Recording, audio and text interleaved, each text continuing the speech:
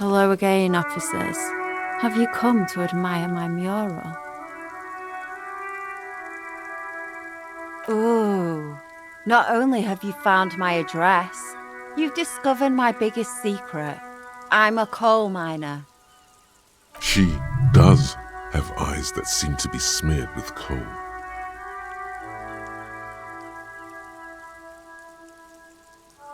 Yes, I keep hoping a shaft will collapse on me, but somehow it never happens. Does anyone in a city like this?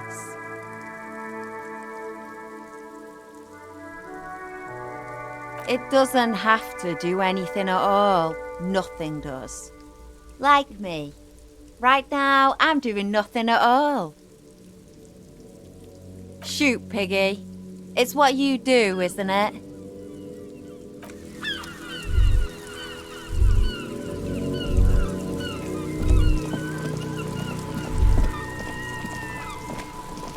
Ruination has come. The broken arches betray the once grand history of this building. It towered over the harbor until it happened. A great force from the northeast fired into the city. Heavy artillery shelled the coastline. Fired from the water, a straight shot into Revachol. The tenement acted as a defensive wall against the worst of the shelling until it was destroyed, and they had a direct firing line. The waves of the Martinez Inlet roll over the fallen remains of the building. The dark waters obscure the better part of the remains. What didn't fall into the ocean was used as scrap. What wasn't used as scrap was thrown into the ocean.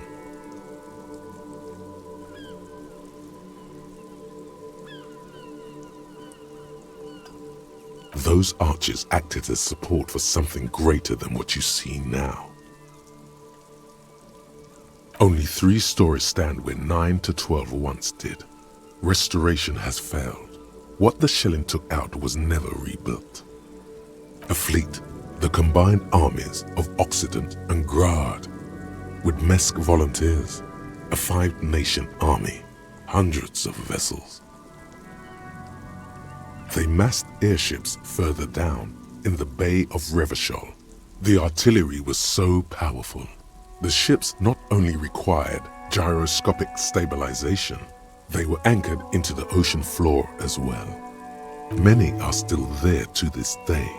If you squint, you can just barely see the shadow on the water, far in the northeast. Cannons still ready to placate Revachol.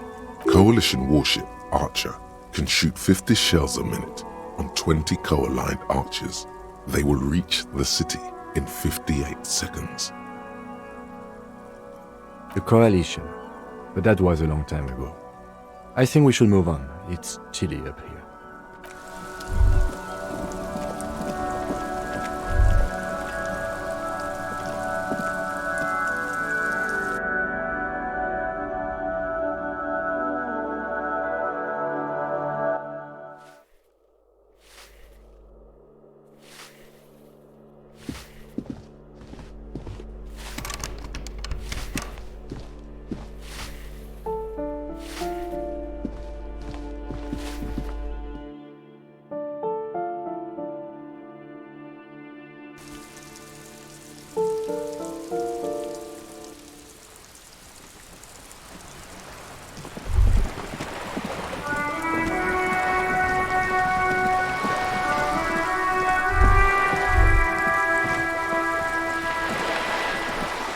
You're back. Good. What can I help you with?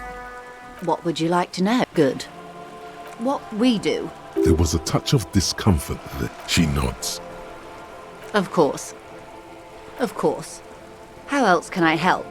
I'm afraid I can't say any more until we've taken care of formal protocol. Of course, the situation...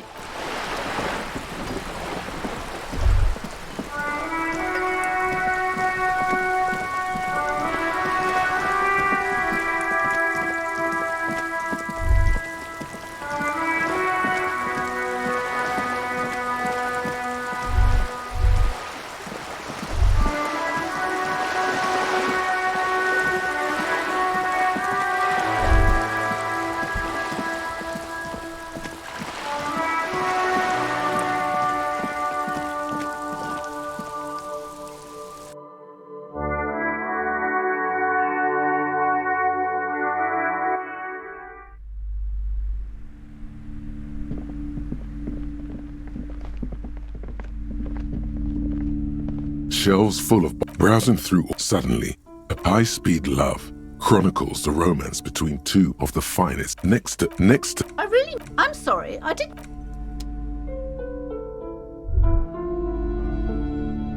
a sulfur-crested cockatoo sits on the cover, its beak slightly open. It looks as if the bird... Oh, a nature enthusiast. Good choice.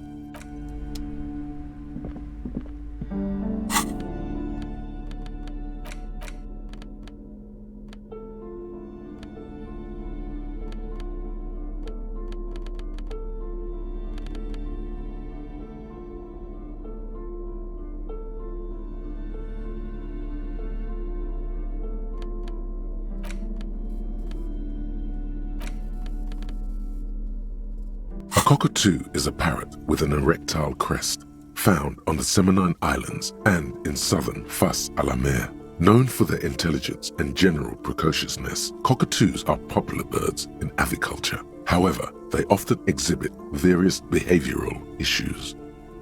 This book talks about the delicate nature of toos, as well as introducing some of the most popular species among the bird enthusiasts. The funeral cockatoo, the major majestic cockatoo, and the most common bang-bang cockatoo. It's colorfully illustrated. Where to even begin? All cockatoos are known for their needy natures, requiring attention for at least 2 full hours a day.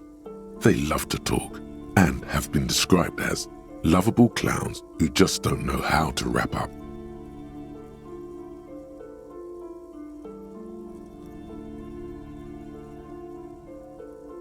Pet owners also report moodiness, loudness, and hostility as recurring issues. If left unsatisfied, cockatoos may scream non-stop, pluck their feathers, or become aggressive. It is not recommended to get a cockatoo if you're not able to cook them food every day and give them the full care that they need. These birds will never understand that you have a life of your own. You're right. Cockatoos are magnificent creatures. They love to perform, cuddle, and show off, and will even scream for fun, often as loud as up to 135 decibels. Ouch, that must hurt. Not great for the neighbors. Performing? Yes, birdie. This is a yellow-tailed black cockatoo. Its specific name, Psittacus venereus, relates to its dark and somber plumage. This bird looks as if dressed for a funeral, 24/7. There is something indisputably ominous about it.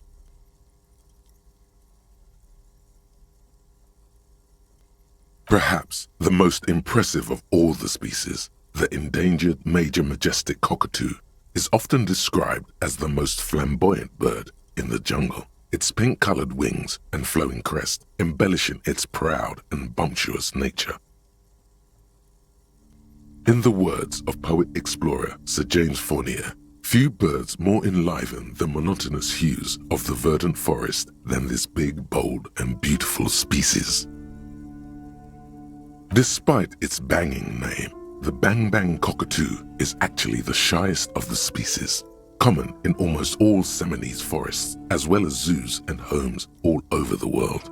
Its plumage is mainly grey and white. The Seminoles name, Bang Bang, is thought to be of onomatopoeic origins.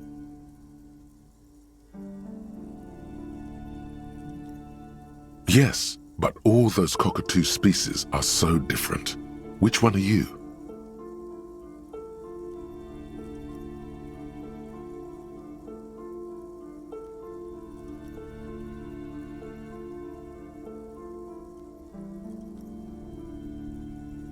You're right. You're a fuckatoo embodied. This sorry-ass bird belongs on your heraldry. It probably doesn't even have feathers and only screams.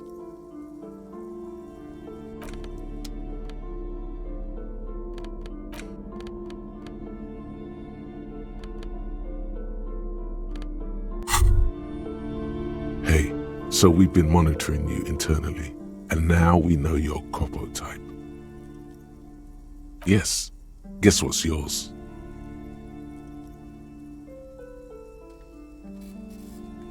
Okay, just for the length of this short demonstration, please say something that isn't, I'm sorry.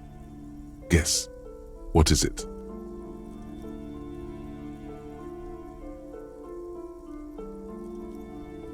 No, you're the sorry cop. The cop who's sorriest. Let's make it official then, shall we? Oh, you know, Apocalypse, Superstellar, the advanced interesting cop, liquid shadow cop. But you're too sorry to say those things. So, here we go. What? Jealous of the sorry cop? I think they'll be fine. Don't worry. They'll be super fine. It'll be totally okay. You can dual Copo type from sorry to anything. No, you don't. Come on. You'll be back to saying sorry in 2 minutes. Stop wasting time and begin the repentance. Of course you are. It's okay. See if you can get something out of this, like info. Or maybe every time you say you're sorry, you get $1 million. That won't happen.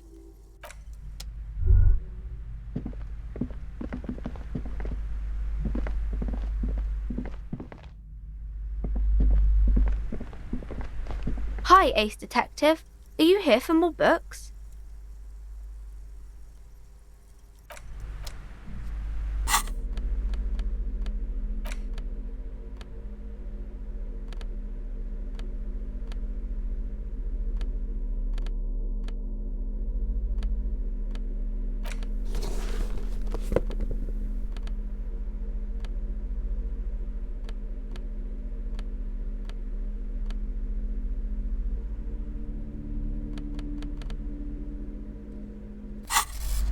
Hi, Ace Detective. Are you here for more books? You have absolutely no idea. Familiar? How? You must have forgotten something you heard again.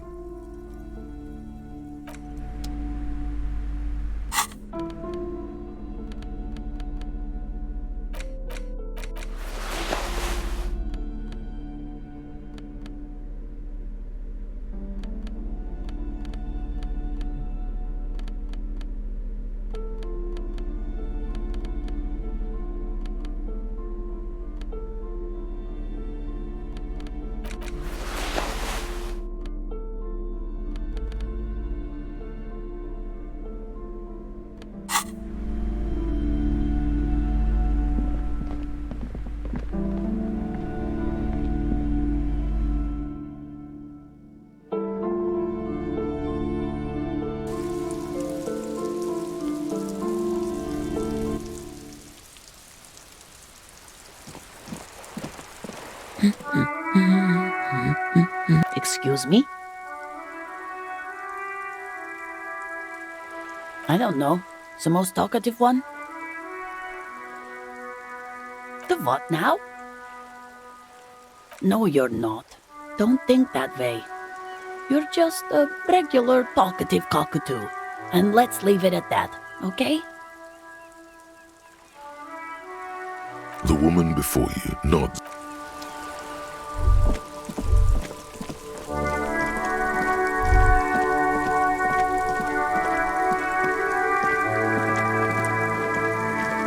An old call box with East Delta Commerce Center. This must be the name of the doomed commercial area. An off-key melody starts playing after you ring the doorbell. Then a woman picks up the Kuno, please stop calling here. Grown-ups don't have time for your stupid games. She thinks you're the gremlin child. What would he say to this?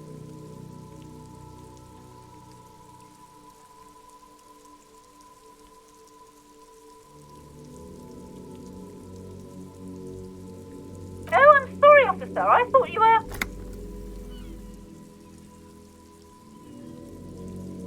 But the doorbell is broken, and the bookstore shouldn't even be on the list anymore, so I can't help you. Please don't call here again. A single beep indicates that the line has gone dead. You ring the doorbell. What an ominous name for a hair salon. Doesn't bode well for anyone's hair.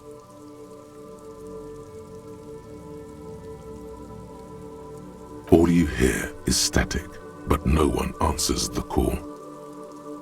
You ring the doorbell, but nothing happens.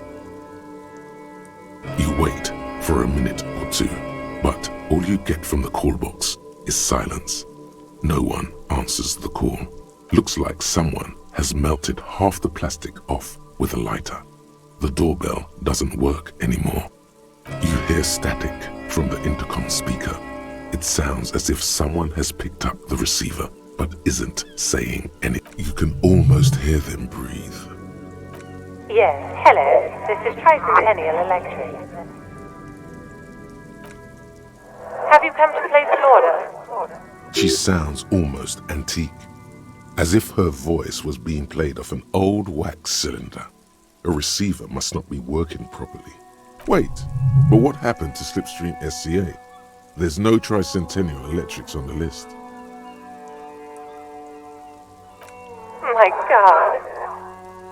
The lieutenant exchanges a look with you. It's you. My God. I didn't think I would hear your voice. She must be mistaking you for someone else.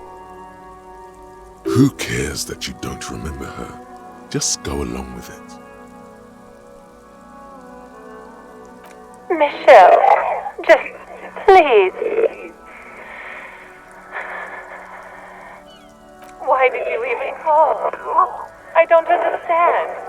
You've been gone for months. I thought you didn't care. Ever since I came to work here, it's been different. As if my mind's been wiped clean. A spot of static overrides her words. When she speaks again, it sounds like she's... It's so nice. It's so nice to be able to finally again. She sounds like she's about to cry. She doesn't answer. Silence. The only thing you can hear now is static and waves washing ashore on the bay. Another seagull passes by. I don't know what happened either. We should probably stop playing with this thing. You press the number sign on the keypad that terminates the call. 12 name cards on the call box read.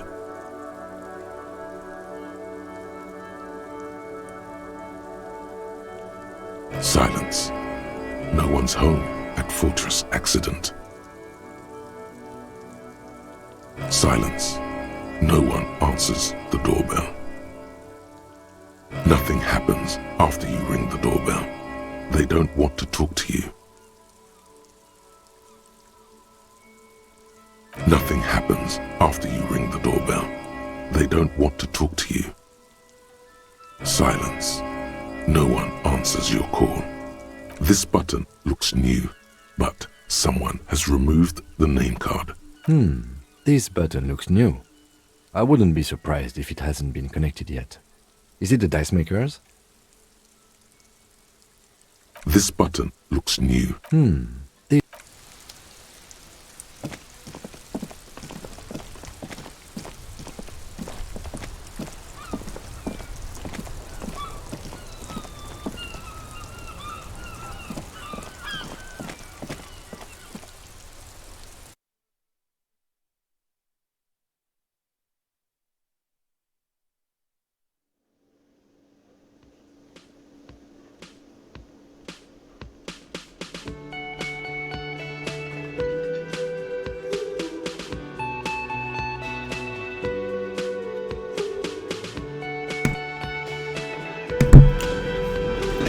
sickest of riffs.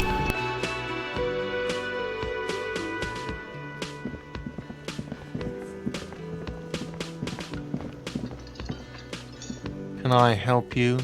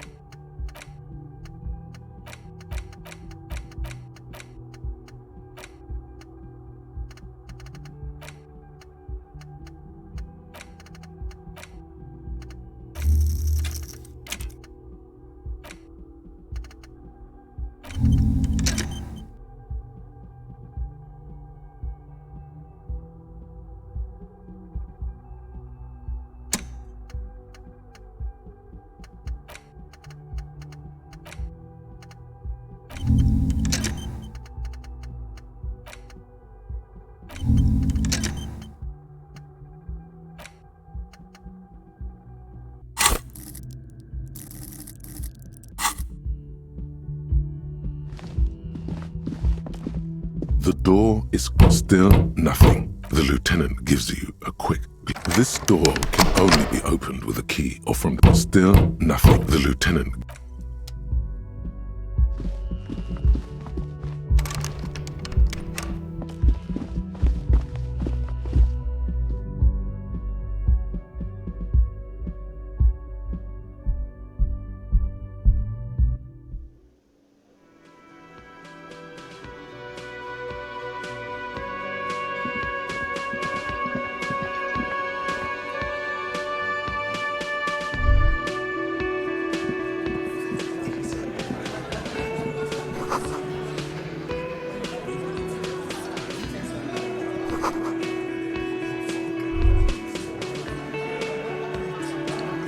Behind the dockworkers, a ceiling height window. The hawthorn branches scrape the glass like bony fingers. There's a little slide panel up there to let some air in. No need to open it in spring. It's still too cold outside.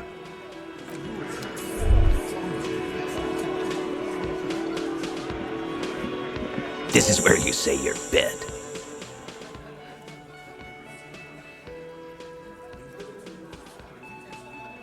Detective.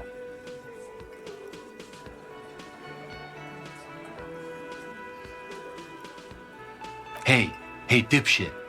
You hard of hearing or something? The boss man's talking to you. Boss, eh? Oh, God. Do not let their squeals disturb your serenity. These are but simple peasants, sire.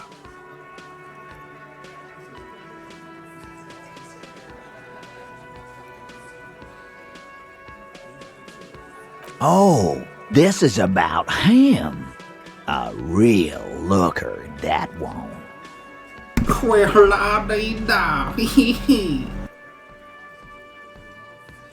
You're sure taking your time, waiting for him to get ripe and pretty for you, huh? Oh, he was a real pretty boy by now. Real hot stuff. Letting out that pretty boy smell. Time to go to work in the shit factory! Easy, boys. These janitors have a hell of a job cut out for them. I mean, I wouldn't go in there for $1 million. You might want to start asking your questions now. It's not going to get better than this. Do a head count first.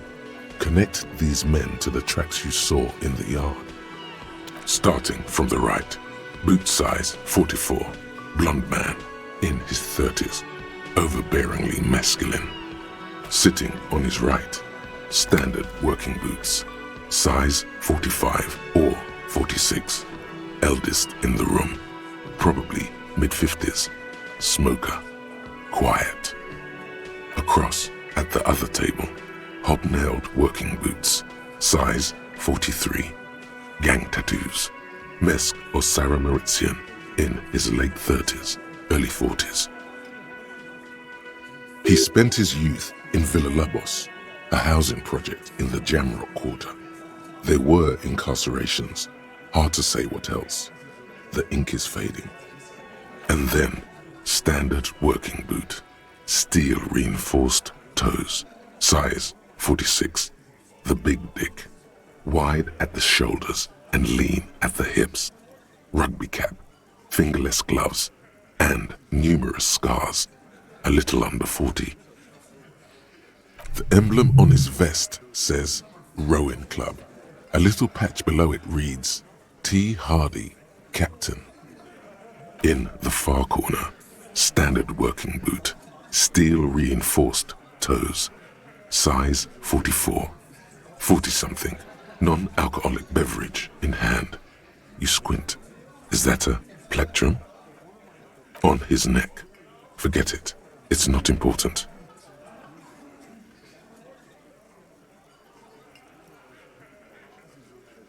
Let's call this one the musician. Size 41, with the light step. Not a child, after all. An older man with a rat face, mean, watery eyes, and 2 front teeth missing. In the middle, heaving and wheezing, big guy, boot size 46, deep marks, probably carried the victim over. He, alone, is 130 kilos. Add the man in armor, and you could easily exceed 220. In conclusion, these 7 are the actors on the crime scene. The footprints were theirs, but there's a discrepancy. Exactly. You've stood there for about 4 seconds, not saying anything. Hit them with questions. Where's the 8th Hardy? The fuck is with you, fella? What are you talking about, madman? There's no 8th Hardy boy. There's 7 of us and we're all here. Or what? You want to be the 8th Hardy boy? We ain't hiring. Actually, boss, we've been talking and we think she could maybe... She? So there's an 8th Hardy and it's a Hardy girl? Who might it be? Elizabeth? The gardener? Shut the fuck up, Glenn! I do the talking here. Now what the fuck do you want, cop? It has to be good if he won't let you pursue it. Looks like the lieutenant thinks so too. So let me get this straight. There is an 8th Hardy boy. It's a she, and you don't like us talking about her? That's right. We're not talking about this. This is a private Hardy Boys matter. Nothing to do with your shit. End. You're not cops here. Don't go digging around if you don't want a bullet in the back of your head. I'm watching you. Good. We are all watching each other. Officer, your question. The pretty boy. You guys really love talking about that pretty boy. Funny. But my partner and I have a serious matter to discuss with you. You mean these boots? We all got a pair. We wore them the night we took the pretty boy out back and hung him by the neck. Yeah, we did this. Together. All of us. Until he was dead. That's why our prints are all over the scene. There's a catch hidden somewhere. He didn't confess so that you could take them all away. It's too simple. There is no catch. These 7 honest men have all equally come forth to tell you what happened, so that you don't waste any more of your time. All 7 together. They're diluting responsibility. It's an anti-arrest tactic.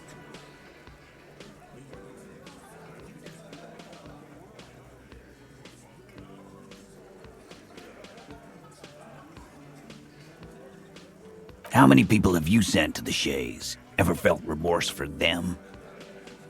Chaise électrique is the method of capital punishment in Revachol under the Coalition.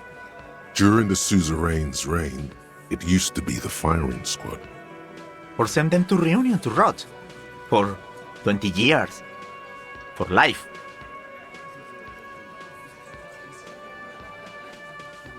The River Esperance Correctional Facility, a military prison run by the Coalition, dubbed Reunion by the inmates. The origin of the name is unknown. Because you keep seeing the same people come in all the time. Hey, what's up? Back at Reunion.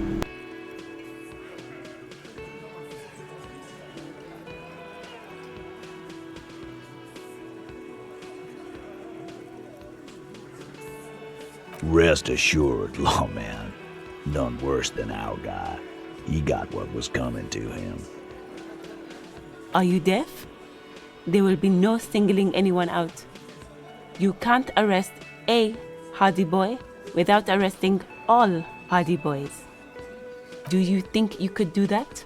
Do you think you could arrest them all? A trick question. Don't let her lead the conversation.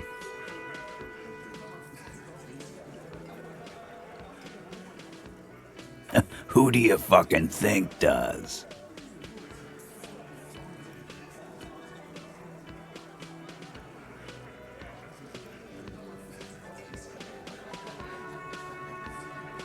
It wasn't a question, dickwad. How fucking stupid are you? This asshole is worse than... Titus runs the Hardy Boys, genius. That's why we're called the Hardy Boys. Ain't that right, fellas? I think you got your answer, Mr. Law. Yes, there are some administrative differences. But on that night, they all acted as one man. You don't have to keep answering his questions. I know, Lizzie. Relax. We killed him last Sunday night. Seemed like a good way to end the week. Known him? We don't associate with scum like that, asshole. Yeah! Who do you think we are? Quiet. He came around about 3 weeks ago when that Pines cow first sailed into town. Happy? By the Pines cow, you mean Joyce Messier, the representative for White Pines? The same company you are striking against? No, I mean the Pines cow. The stupid-ass cow they sent in to fuck us over. But you know what? Why don't you ask her about the pretty boy? I'm sure she has interesting things to say when you ask her hard enough. That's enough insinuation for today, Titus. Officer, your interview is drawing to an end. Don't waste your last questions. Why? 'Cause he was worthless mercenary scum. And he stepped out alive. in my town. And he stepped out of line. What kind of mercenary? The kind that shows up when you start a strike. The experienced kind, too. Had Kohoy and Semenine written all over him. Ex-Oranese Special Forces. A live grenade. Right here in our bar. I can't prove it, but I know he was sent by the Wild Pines. They hire merc shit like that. Story of every strike from here to Samara. 'Cause one night, he walked straight up to the mic and said, I'm Oranese goddamn Special Forces, and I'm gonna fuck you all! Really? Yeah, really. Had a gin and tonic up there, sang some Oranese paratrooper song, and said he's gonna fuck everyone. We couldn't believe it either, but he fucking did, right there. Like some kind of animal. Sire, the tale is true. This is a serious violation of the karaoke code.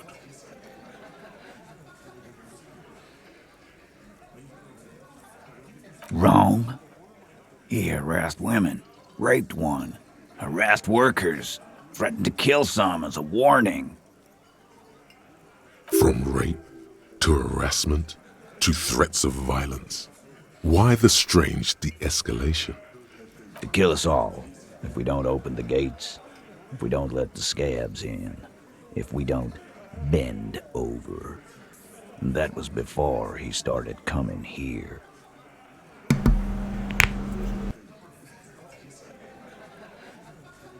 Yeah, he said it was his favorite joint now.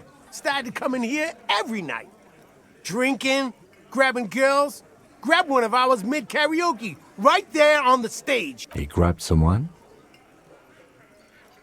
Yeah. This girl's on the mic. A beautiful girl, young. Gets into the second verse of Lover Lake. The fucker grabs her legs, starts screaming. Show me your cunt! Why don't you show me your cunt? Then, he gets knocked on the head with a wine bottle. Doesn't even fall down.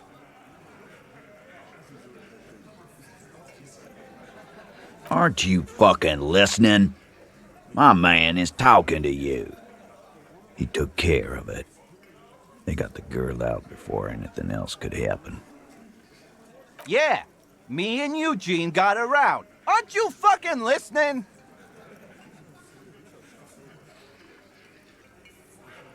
There's something odd here.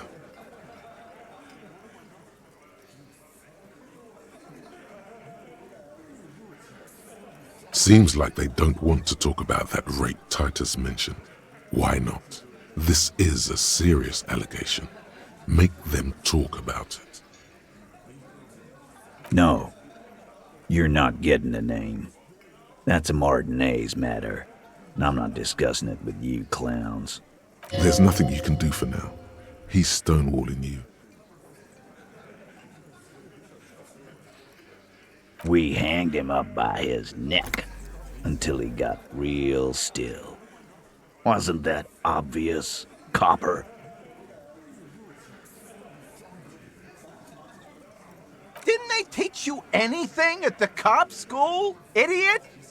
This is where an autopsy would come in handy. You have to work with what you know.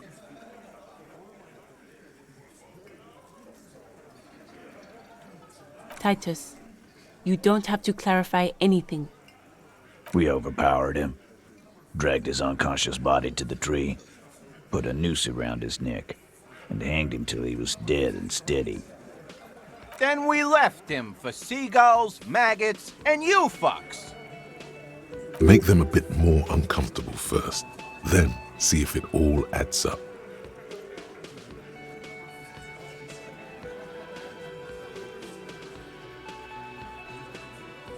With numbers, asshole. How do you think? You're right, Lizzie. I've done enough explaining here. No, he hasn't. Not yet. Weren't you fucking listening? The fucker came to our bar. It happened right here.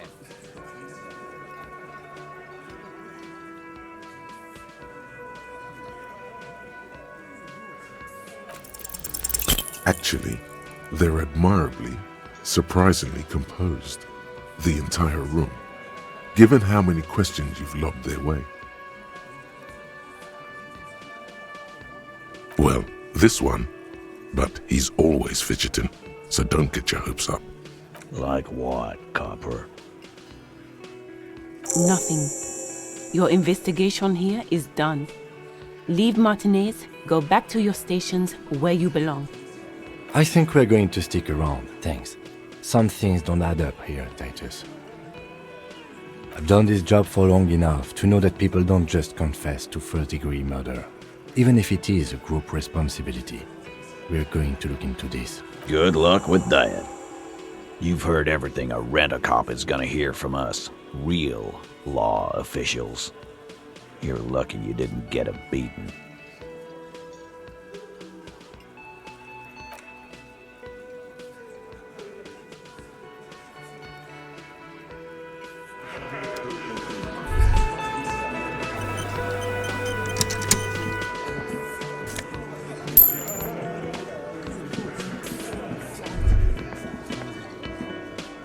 I've got nothing to say to you. Why are you wasting your time? I am not. You could be, Liz. You could be anything. You could even be a model.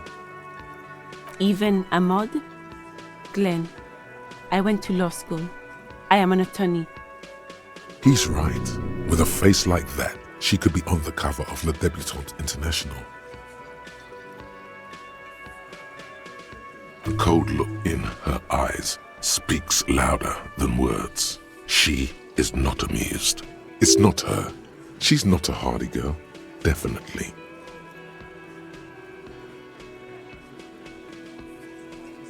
What you want is of no significance.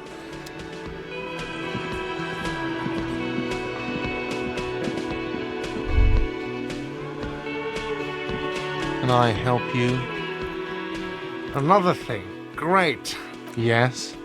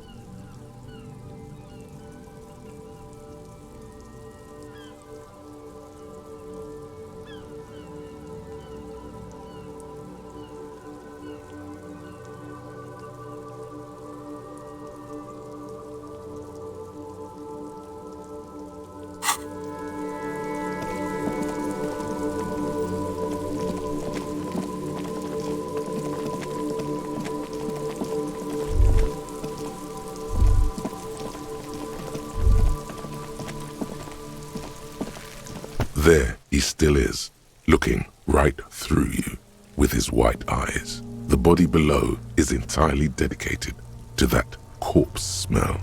Emitting it is all it does now.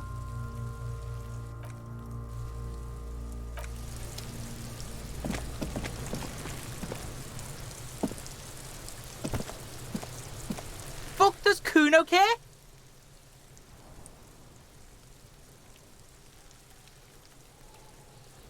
Kuno doesn't.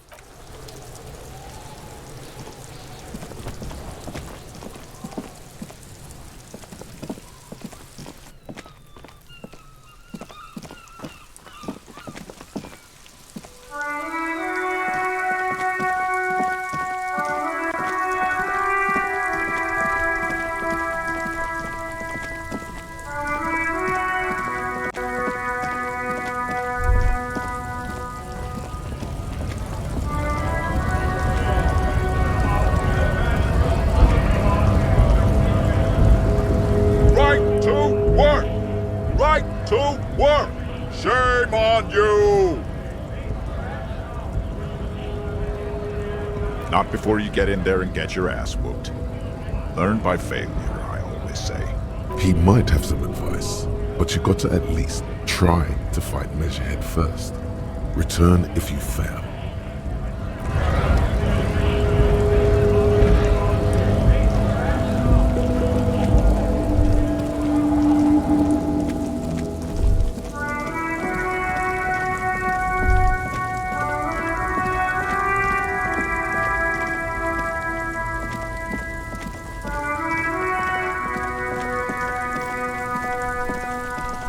Stuck in the rain in a traffic jam, man. What's on your mind? He ain't one of us drivers. I know. It's easy to see he's telling the truth. He's kept his nose out of the dark stuff. Analyzing the fundamental structural and psych. Nothing.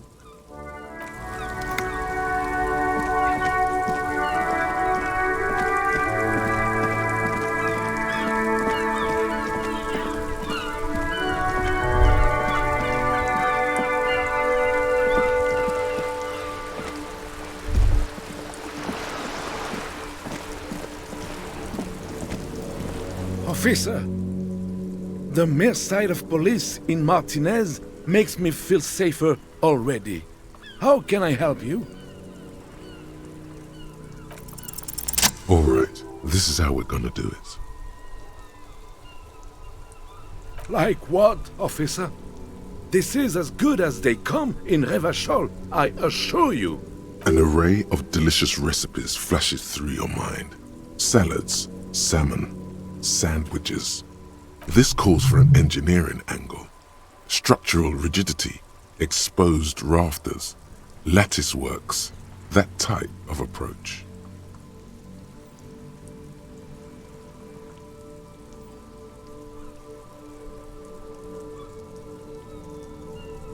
Mon Dieu, that is an excellent idea. That would virtually negate the component loss.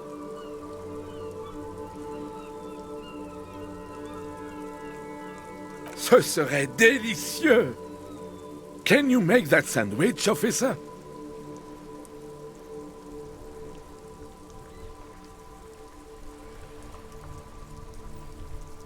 I hope you are not just tricking an old man out of the little he has left.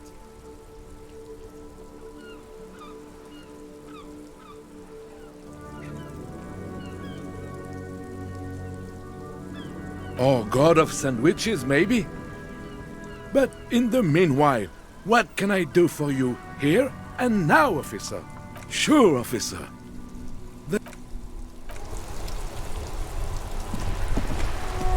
Vigilance officer, what can this old carabiner do for you? Yes, I was standing right here. I saw it. Why are you telling me this?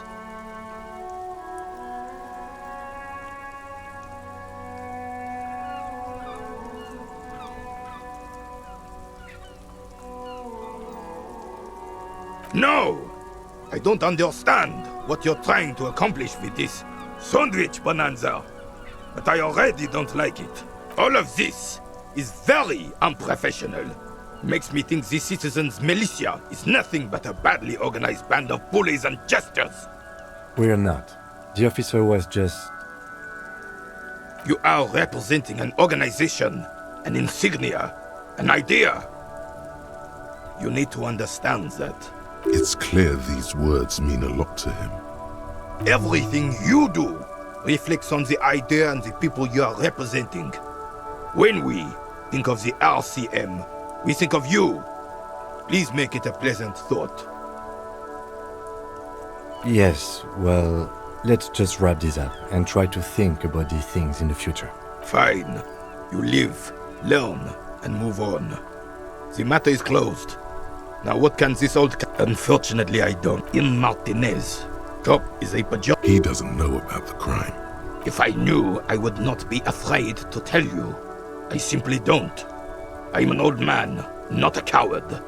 The daily business of the riffraff no longer... 'Tis true, sire. He knows nothing.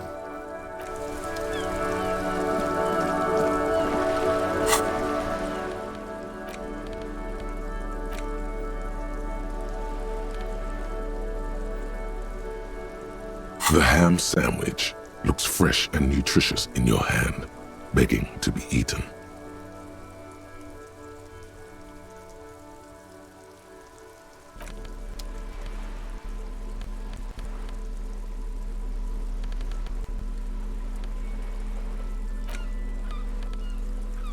The Greatest Innocence by João Paulo Salomão Lopes de Fuego. The book is large and heavy.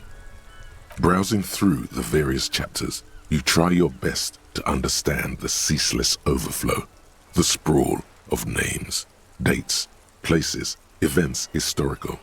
Most of it ends up as a twisted mass of facts inside your brain. Your educational survey is done. Did you catch any of that? No. Oh well, it's pop quiz time. Let's see what you've learned. This might take a few minutes. You ready? That's the spirit. Here we go. Oh yeah, this is what I was made for.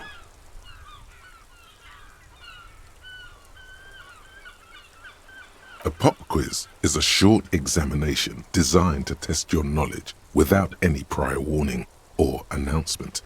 Such exams allow the teacher to assess how thoroughly the students have retained the material at hand. Voila. Now blast that first innocent. Thanks for nothing.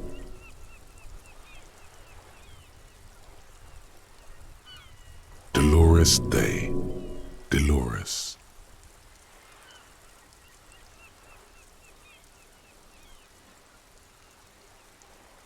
Incorrect. Dolores Day was the innocence of humanism, internationalism, and the welfare state. She codified parliamentary democracy and created modern institutions. Among these, the moral intern, she was powerful and beautiful on all her icons. Her colors are silver, white, and apricot. And when you think her name, Dolores, stomach acid rises to the back of your throat, and it hurts. You see a flash silver, a wreath, an airport bag, and blonde hair. You don't know why. Another choice, perhaps? Steer clear of this one. There's something terrible about this one. A strange sensation of loss. When she left the earth, the dust, and the ice, and the humans. That is unimportant to the quiz. Stop thinking about this. Yes, the quiz is impersonal. No need to rouse sensations in yourself at the mention of Dolores Day. Who was the first innocence? It wasn't Dolores Day. Incorrect. Sola was anointed during the previous century and even lived to see the current one. She was an urban planner who spoke her mind and largely left history to its own devices, encouraging people to excel on their own rather than prescribing to a deified model of history. She is often called an anti-innocence. Sola resigned after an assassination attempt by a Yugo nationalist who blamed her for not taking the side of the left during the turn-of-the-century revolutions. Innocences don't usually resign. Care to try again? Correct. Nothing much is known about him. It's not even clear that he was a he, but Franco Negro presumed as such and called him Pius. He's depicted as a young man with molten gold pouring out of his mouth. All he spoke was gold. It's said he invented God and equality of men before God. He also introduced the gold standard as a way for measuring people's love for Aurum. As the first innocence, he declared that there should be more of those like him. It is presumed his disciples were the beginning of the Holy Party, the founding party. Question 2. Who was the strongest innocence? Easy. Everybody knows the answer to this. You, me, anybody.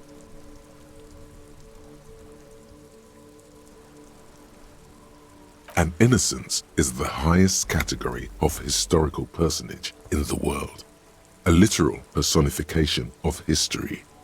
Traditionally, an innocence, when anointed, assumes supreme rule over the Occident or the known world in general, at least the parts that matter. I can do better.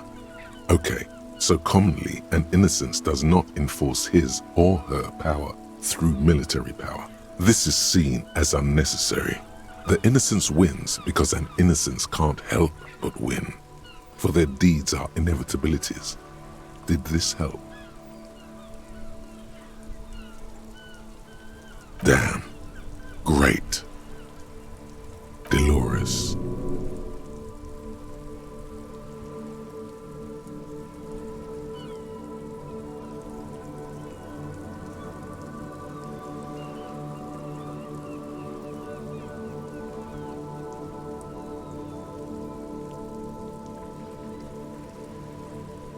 Incorrect again. While she originated many modern institutions, launched several successful expeditions, and was even critical of the Innocentic system itself, and somehow keeps popping up in your mind, she is not often considered the strongest.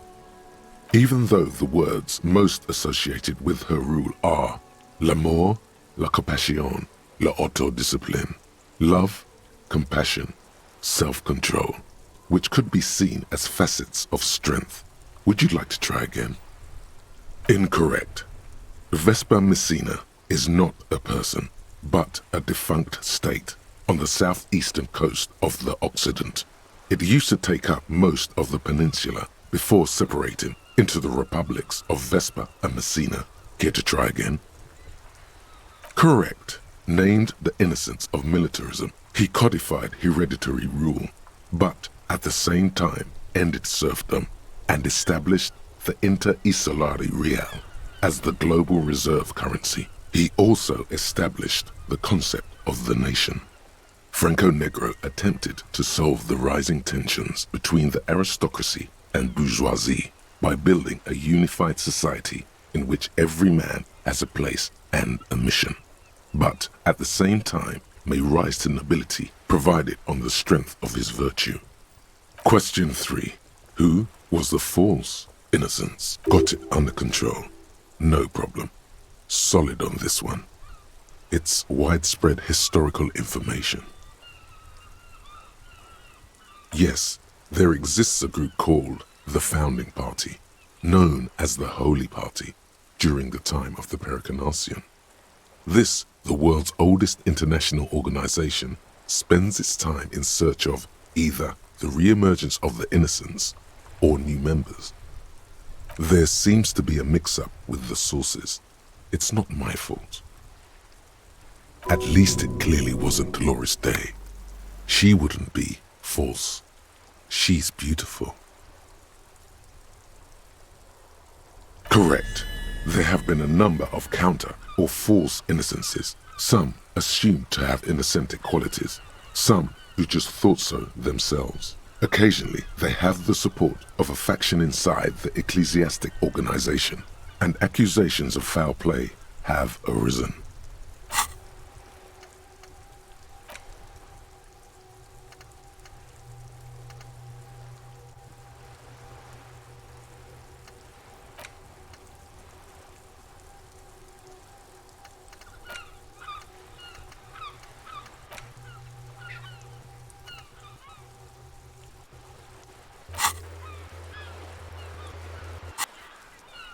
The most famous and important of these was Ernest Pasternak.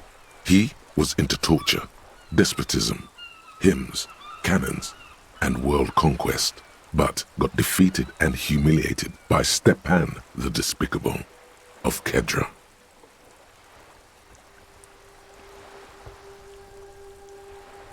Final stretch. You've come so far and learned so much. This is the most important one. Question 4. Who was the greatest innocence? The most important of them all. The most precious to humankind. I've got it, honest. Of course, this is my thing, the reason I exist in this world. The correct answer is Franco Negro. 0 doubts.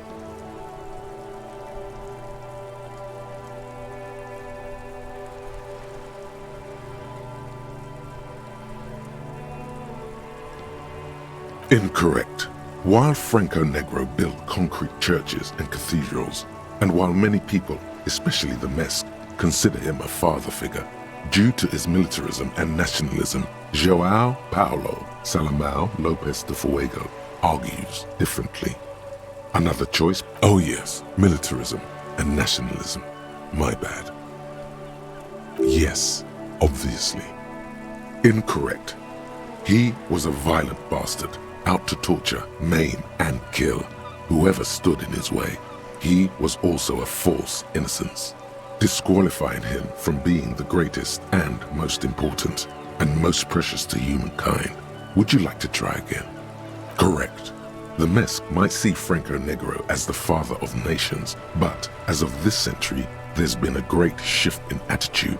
Dolores Day has become widely regarded as the greatest innocence. A most radical change to the whole fabric of the world. Everything from inter-esolary travel to the connected world to 3 consecutive scientific revolutions can be traced back to her. Every decade that passes, she seems less human somehow and more beautiful. Congratulations on finishing the test. The results and your subsequent grade have been calculated. You get an F for failure. Ha ha ha. You would have done better if you just left Dolores Day for the end. Dial the Dolores Day down a bit. What's going on with you? Okay. You are shouting at an inanimate object, like a real weirdo. No wonder you seem to have trouble with the right answers.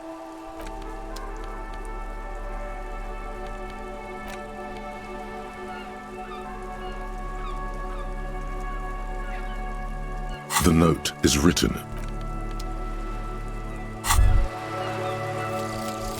Advanced race theory. Everything is calm in the eye of the race storm. Your mind is lucid and bright. The mind-bending phylogenetics appear more distant and, to be fair, a little ridiculous. The great race mystery has cleared up. All that's left to do is verbalize your thoughts. Go and talk to Measurehead about your newly found insights. Indirect modes of taxation.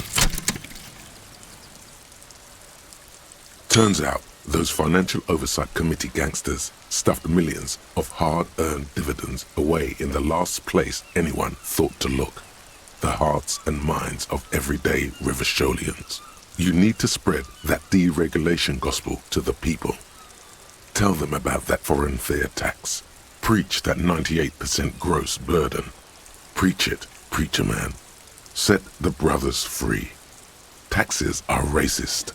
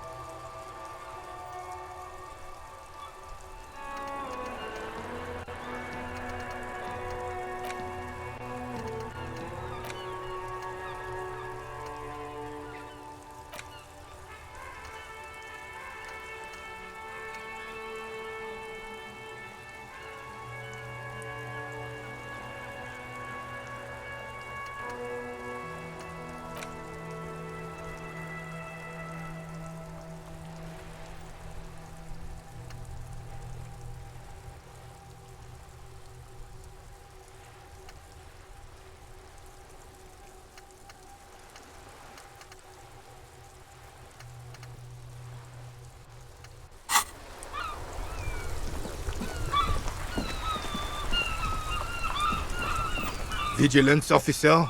What can this all carry?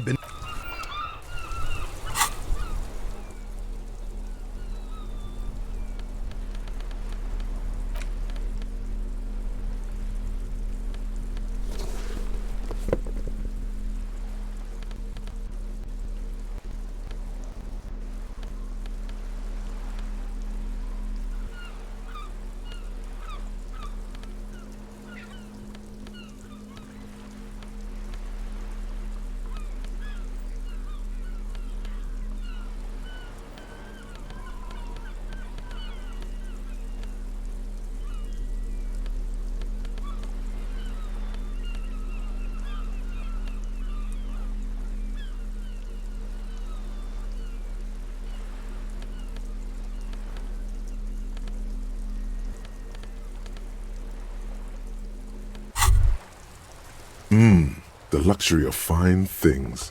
Just look at those black monk straps.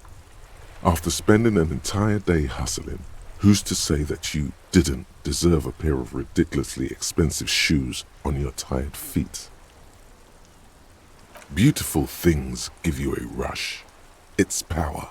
Crafting your style, draping your flesh in silken leather, deciding how to present yourself to the world.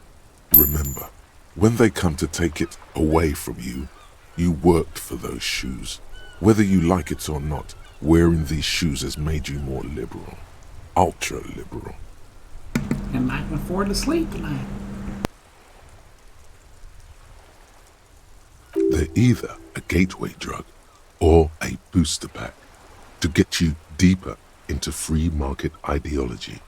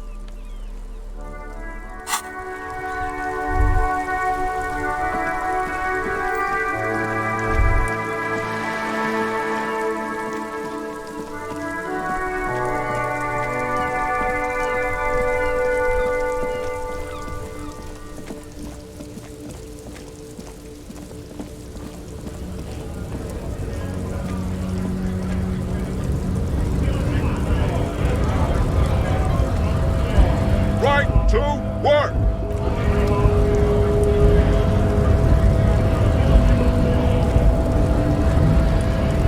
Hola, Wandering Man. How can I help you? Murder, huh? That sounds like a lot of hard work. You'd never see me investigating a murder. Of course, Policia. It wasn't me. You can rule me out. Easier that way. He didn't do it. It's the truth.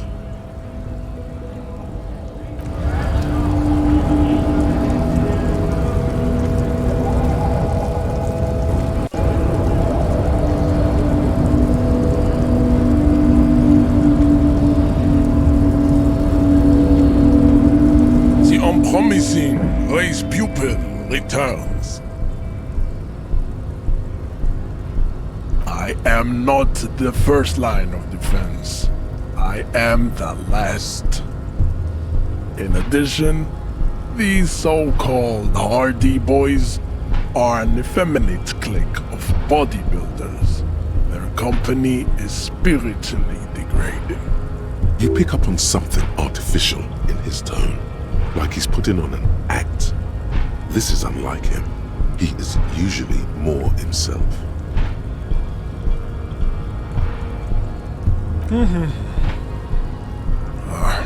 Fine.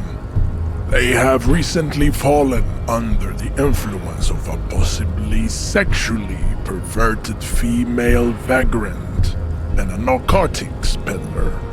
It's shameful. Find out for yourself, endomorphic blob. Interesting.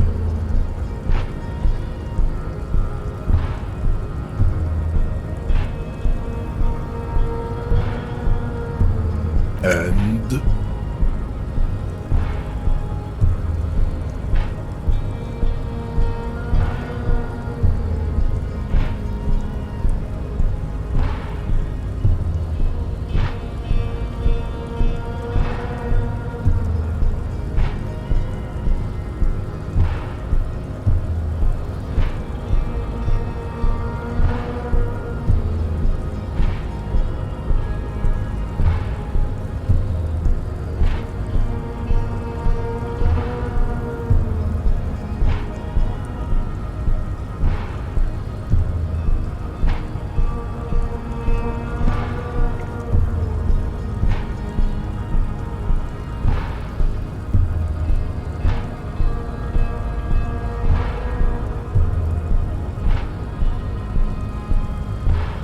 look, babe.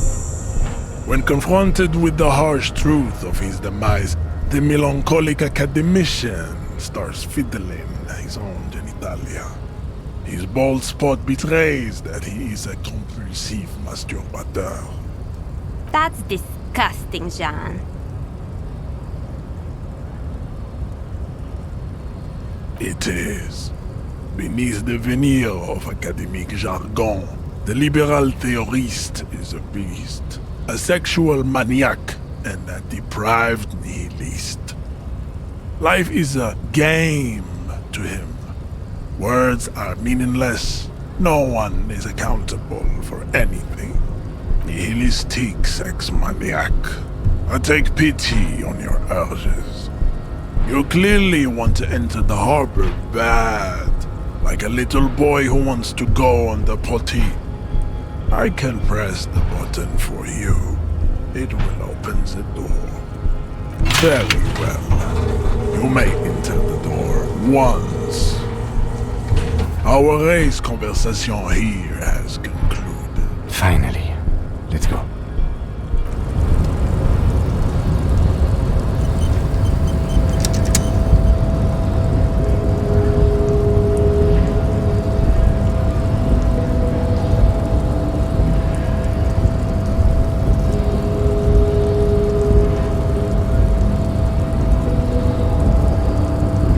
The unpromising race pupil returns.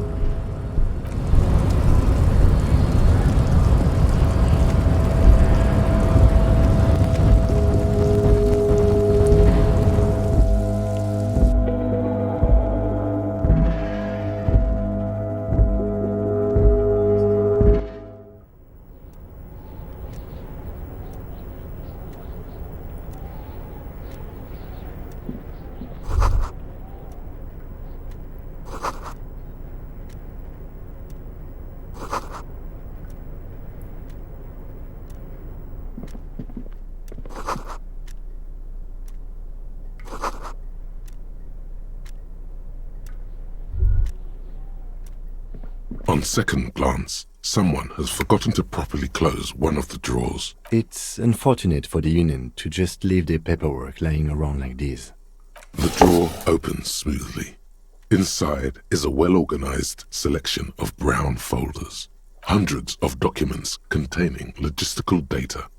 Two kinds of transactions stand out. Materials coming into Revachol from the outside world, from Muindi, Grad, and even Ilmara. And the same materials being handed over to companies inside Revachol. Couron, Coal City, La Delta, and Jamrock are listed among the many districts where the imports are being sold. It's hard to make sense of this thicket of company names, dates, quantities, and percentages. You try to focus, but the lines are getting blurry. Look how blurry all the lines on these papers are. how unwieldy your own willpower is to yourself. You're like an absurdist Samaran monk, focusing through not focusing. Hermeneutics was almost within your grasp, but now only vague letters float before your eyes. Less meaningful, but aesthetically more pleasing. You are a police officer, not a spiritual healer. You can focus the normal way by turning your attention to something and not letting go. Is that what you're doing with those photos over there? Right. This is probably not relevant to our case. After all, we're not investigating an accounting mystery. Whatever's hidden here is hidden well. Concentration isn't enough. Only a trained accountant with a background in logistics would be able to really make sense of it. However, there is a little handwritten note stuck on the side of the drawer. It appears to be a to-do list written in large, uneven capital letters. Remember, Leo, Everard's shoes, special whirling borscht, water Everard's plants, sweep office floor, more banners.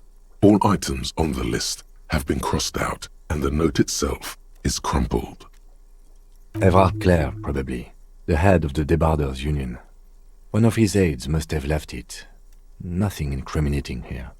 The special borscht seems a bit odd in the list. Remember, Leo, Everard's shoes, special whirling borscht, water Everard's plants, sweep office floor, more banners. All items on the list have been crossed out and the note itself is crumpled.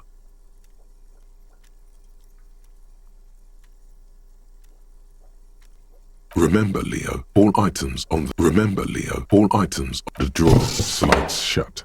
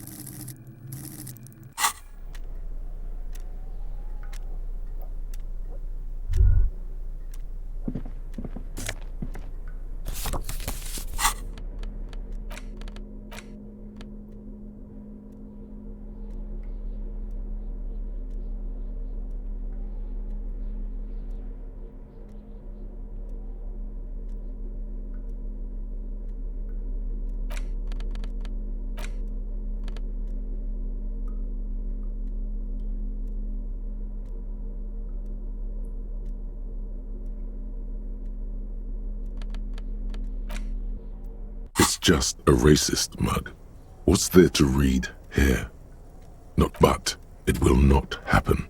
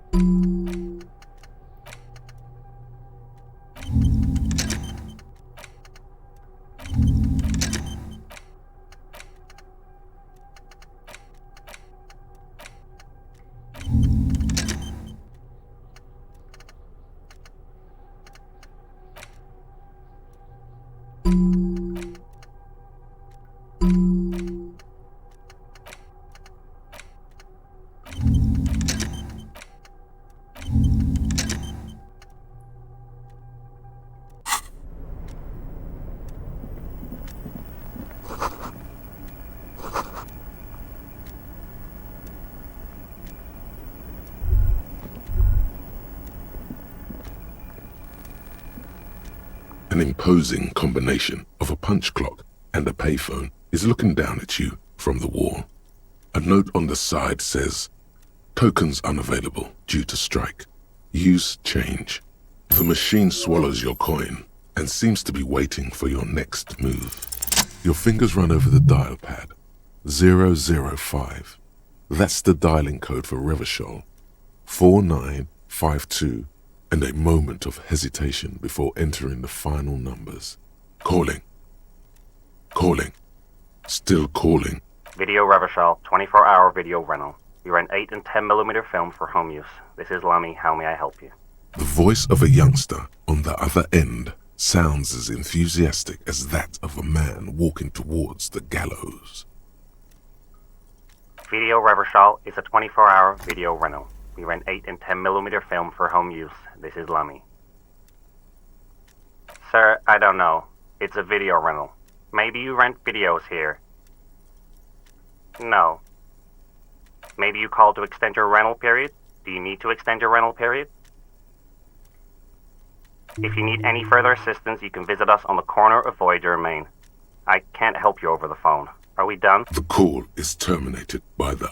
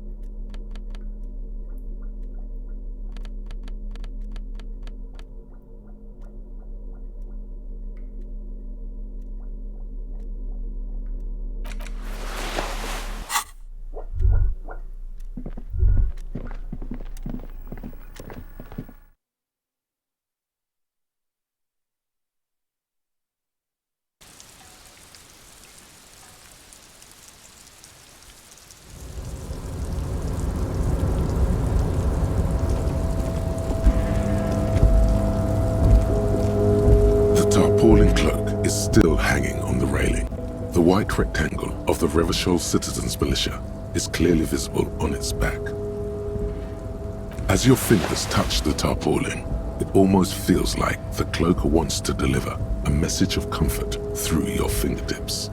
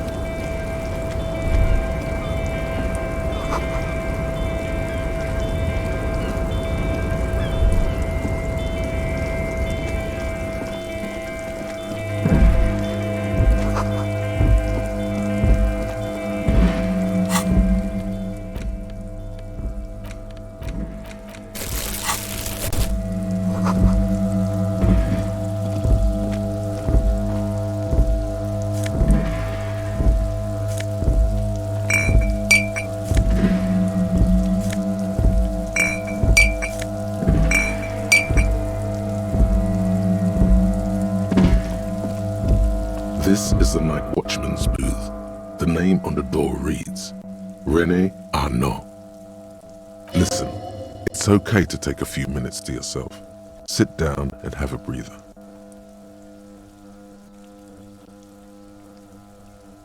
If you must. But please hurry. We are pretty easy to spot up here. Nothing incriminating catches your eye. The cabinets are clean and their sparse contents meticulously organized. There's a framed photograph on the table.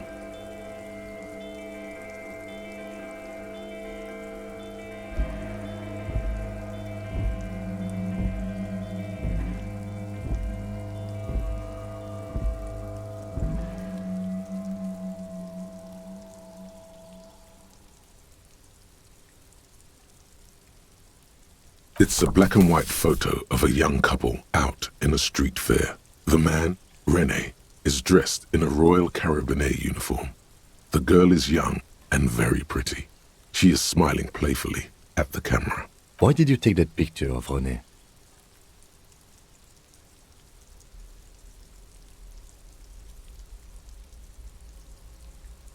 You're really interested in that old soldier. Not sure I understand your fascination, but sure, as long as it doesn't take up a whole lot of time. The chair is not as austere as the rest of the booth. A thin grey pillow is attached to the seat, secured to the stiles by black ribbons. The drawers are empty, save for old timesheets and receipts. One small box, however, does hold some cheap painkillers. They are slightly out of date. Oh boy, where to start? Elevated risk of dementia, mini-strokes, prophet's disease, sudden death, hair death, erectile malfunction, critical flatulence, watery blood, black mucus, uncontrollable weeping, increased sensitivity to la opera, inoperable joint disorder, total spinal collapse. Don't think about that. Quick, think about something else.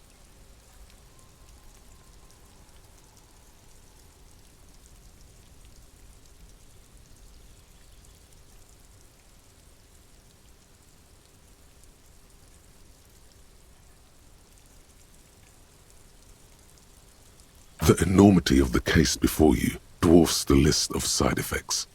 You can't even see the side effects anymore. They're nothing to you. You stand and exit.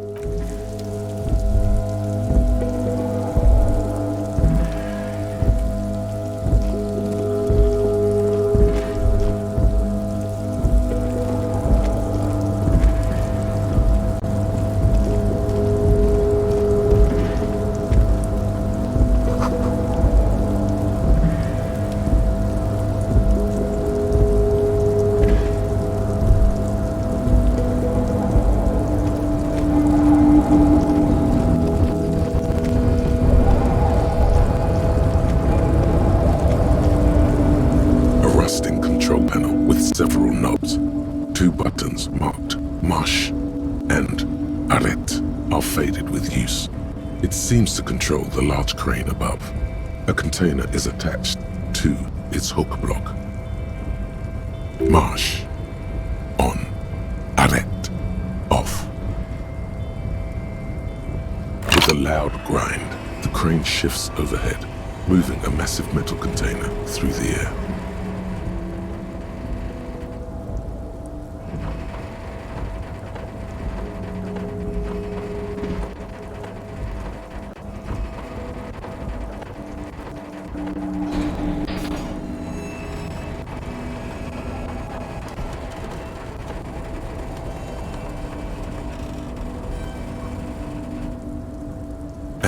With a surprisingly quiet thump, the harbor sleeps as the strike rages in the distance.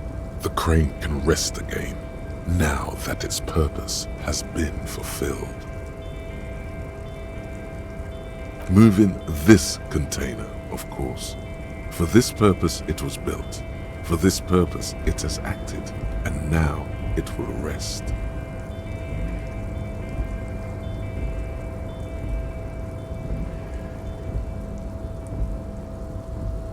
can't see how that was worth the ruckus, except for seeing the crane in action, which I admit was satisfying.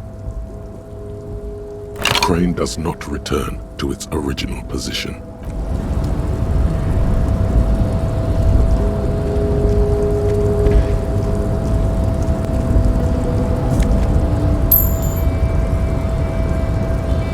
Got a place to sleep again.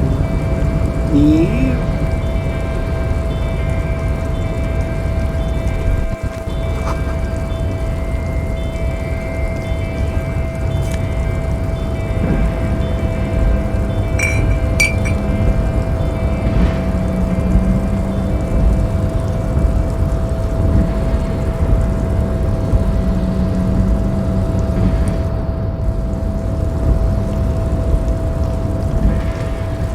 Before you stands a cargo container, just one of many in the yard.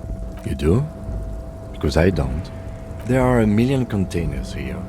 Why are you fixating on this one? There may very well be, but we are not here to look for that. We are not here to interact with containers. We are here to talk to the Union, right? No reply. The knock produces a hollow ring of metal.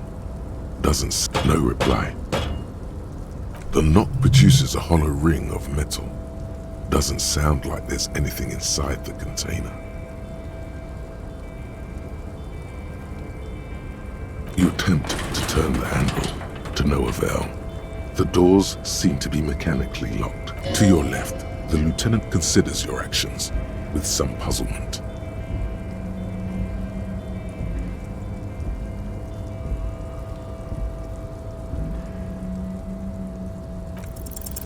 Why are you even trying to open a door with rhetoric? Because what wasn't an option? Now is not the time to get philosophical, detective. You can do that after hours.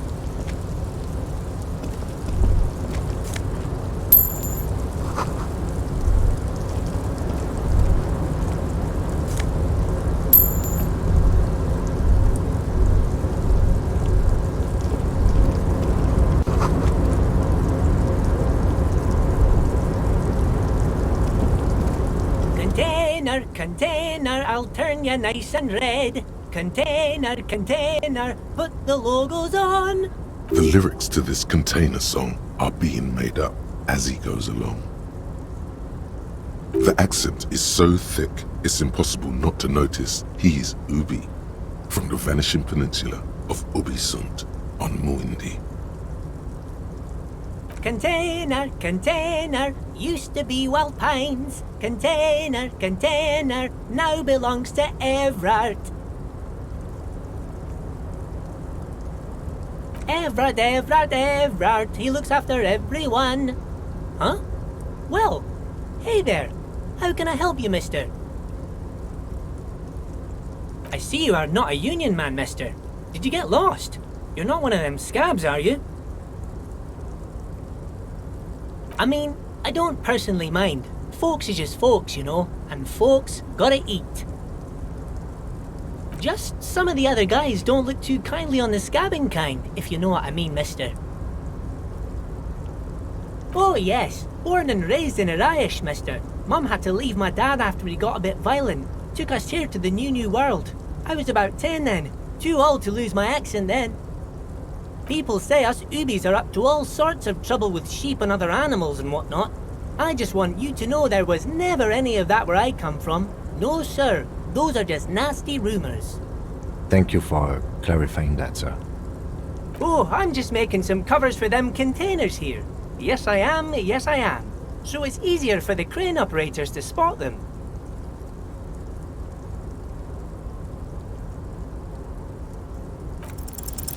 The containers in the yard are green in Wild Pine's livery, and the mountains rising behind Leo is all red in Union colors. It's like some red infection was spreading outwards from the container yard's core. There appear to be cisterns underneath the Union container covers.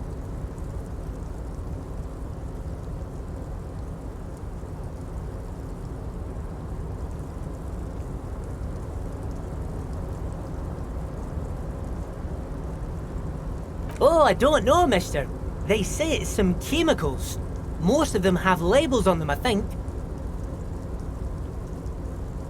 No, not really.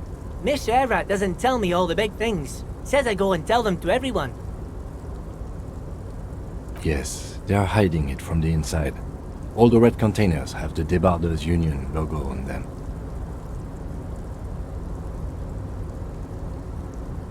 Oh, no trouble at all, mister. No trouble at all.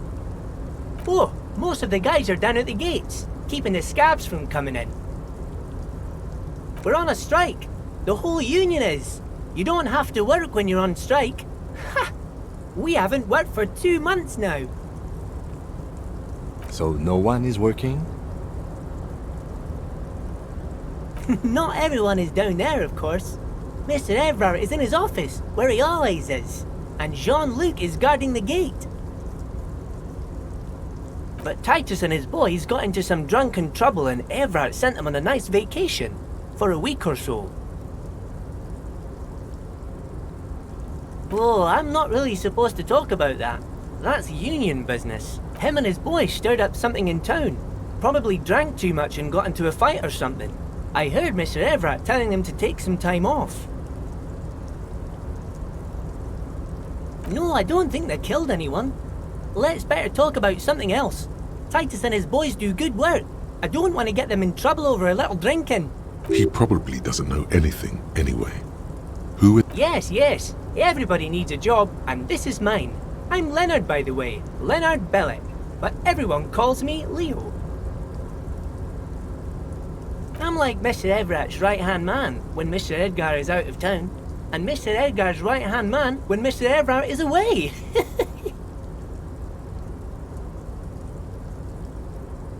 Actually, Miss Beaufort is the right-hand man, but she's a lady.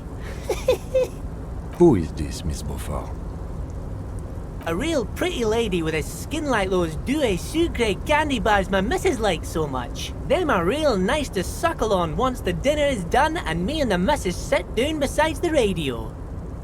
But I can't listen to the radio all the time. There's so much to do around here and I'm always busy keeping things running here. Yes I am, yes I am. Oh, Lizzie, she is a real sharp tool. Mr. Everett put her through some fancy school and everything, east of the river. 4 years she was gone, and when she came back, she was all fancy and lawyerly. He respects that word. That's obvious. But she's a real nice girl.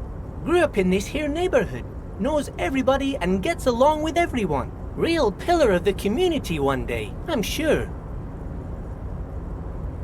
If me missus and me was to have a child, I'd be real happy if she turned out like her. But she can't have kids. Dr. Lemaitre said so, and she knows about such things. Been a doctor for almost 50 years she has. Law school? Could she be talking about the union fixer?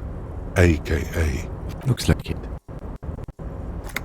I'm not sure what a fixture is, but she is a real nice girl. Smart as a whip too. Telling the gardener you know her name might throw her off. Perhaps something to consider later. Oh yes. I leave all kinds of notes for myself. That old head of mine ain't so good at keeping things in no more. I almost forgot about the borscht. Oh yes, I've been taking special whirling borscht to the men every day since the strike started. It's very, very good. Makes a man feel so warm and happy. I feel like I could take on Mr. Renadan's boar dogs every time the lunch is done. Yes, yes. I'm taking it to them. The borscht keeps them happy and in fighting spirits. Makes you all warm inside. They brew it in the whirling in rags. Oh, the whirling's cook. He makes it. Them is always talking with Mr. Manana in that weird language and laughing together. He doesn't speak what we speak. He's from Grad. Oh, sure, mister. Sure. You do that. Yes, sir.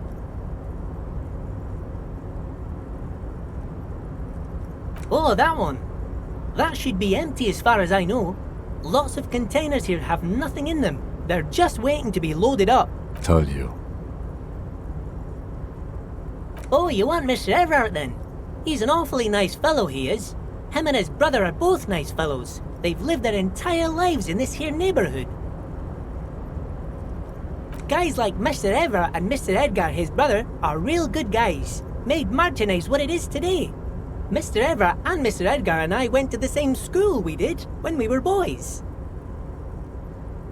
Oh, Mr. Everard is where he always is. In his office, of course. Bye-bye now.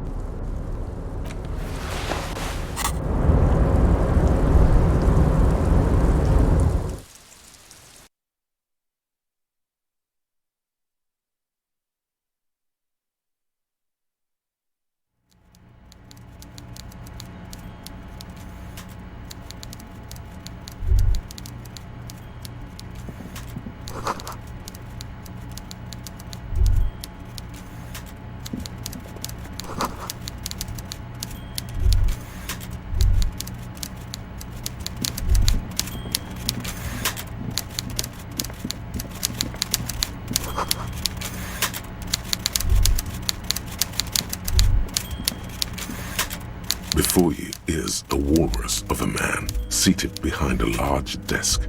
He looks up from his work, not the least bit surprised. With great effort, he straightens himself up in his chair, yet says nothing. He simply stares at you. Welcome, Mr. Dubois, Mr. Kitsuragi. It's good of you two to stop by. Please, have a seat.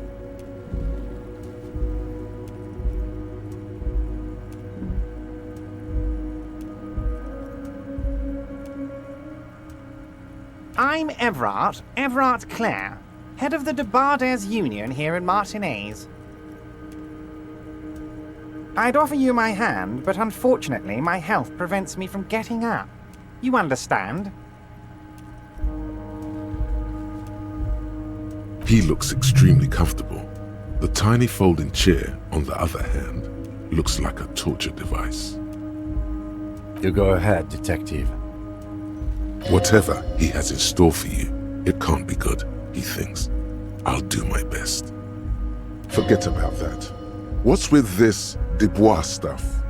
You're getting some seriously bad vibes from that name. Please, Mr. Dubois, let us converse in a civilized manner, as equals. Take a seat. I insist. Excellent, Mr. Dubois. I can see that you're a reasonable man, and reasonable men can be of great use to one another.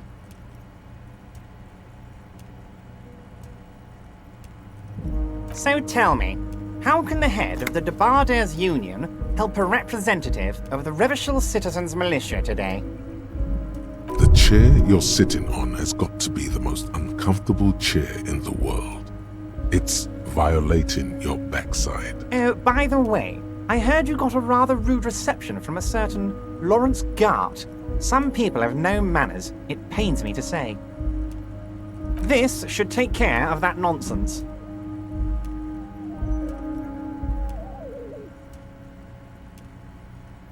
It should be sufficient to cover your expenses for a few days and patch over your differences with a cafeteria manager. Go ahead, take it. Wow, that's 25 real. That's good money. You need it.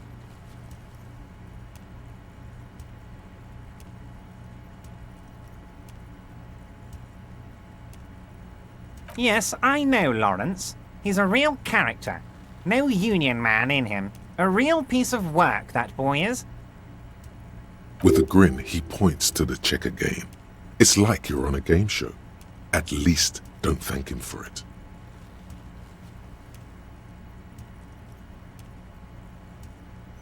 Okay, okay. I respect a man with principles. No handouts, then. Now, I'd like to set your mind at ease about one other matter. Your lost gun. Let me assure you, Union people are on it as we speak. I've got my best hounds looking for that lost gun. His slug-like lips move, but all you hear is an echo. Lost gun, lost gun, lost gun.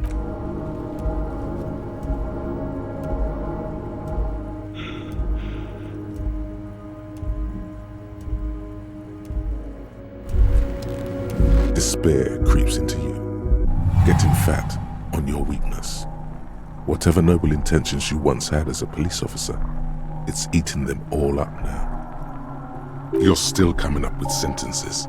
That's a step up from total annihilation, right?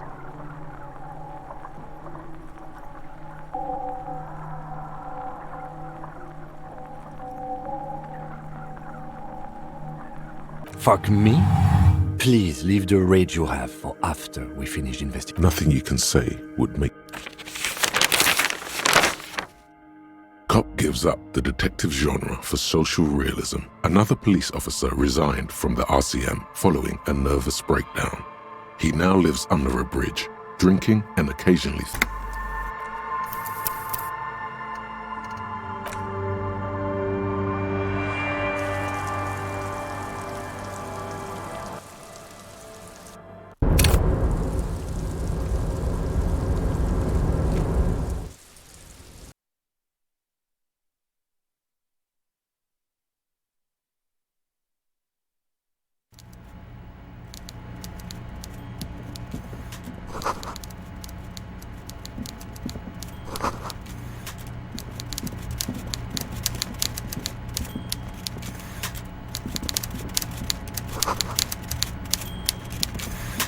Before you, with great effort. Welcome, Mr. I'd offer you my hat. He looks extreme. You go ahead. Whatever. Forget about that. What's with this Dubois stuff? Please, Mr. Dubois, let us converse in a civilized manner, as equals. It's nothing. Yes, that's probably right. It's nothing. Forget about it. Excellent, Mr. Dubois. I can see that you're a reasonable man. So tell me, how can the head of... The chair you're sitting on has got to be the most uncomfortable chair in the world. Oh, by the way, I heard you got a rather... This should... It should be sufficient. Wow, that's... Yes, I know. With a grin, he points to the checker game. It's like... Okay, okay. I respect a man with principles. No handouts, then. Now, I'd like to... His slug-like lips move. The world is swallowed by a black hole of fear. Only two words escape its gravitational pull. Lost and gun. Oh God, why didn't you think of this before? Cops have guns. Where's yours? It's gone. Your gun is gone. There's nothing in your pockets. Are you all right, Harry? You seem anxious. Don't be. Everything's going to be all right. It's not like you left it loaded. You didn't lose a loaded gun. Local children aren't out there playing with it right now, pointing it into their own mouths. It's in a safe place. I just know it. I have a feeling everything's going to be all right. It was loaded. There were 2 bullets in it. You always keep at least 2 barrels loaded. Officer, we will deal with this later. We don't need Mr. Clare's help with this. I wouldn't be so sure about that.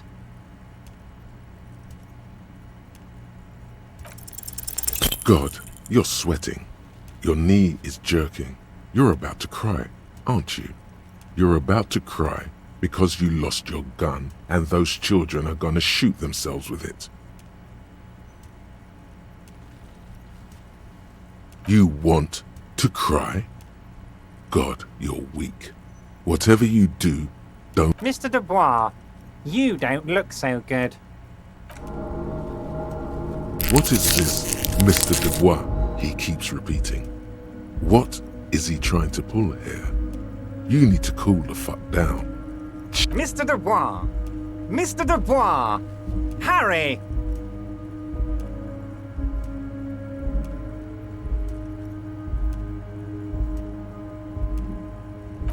Mr. Dubois, are you okay? Can I get you a glass of water or something? Are you having some kind of medical emergency? Maybe you could use your hands somehow, in a kind of throw-in motion, like you're throwing that Mr. Dubois act right back at him. He's Mr. Dubois.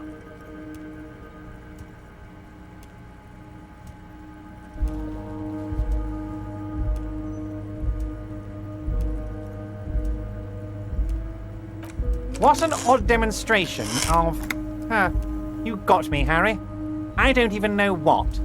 As entertaining as it was, I'm afraid we're wasting our time. And I'm an extremely busy man, as I'm sure you are too. Okay, enough. We are here to ask you some questions pertaining to a murder investigation. Quick, here's your window. Get yourself together and ask him questions. Police officer questions. Honestly, I didn't want to bring it up, Harry. I heard you have become Measurehead's race pupil.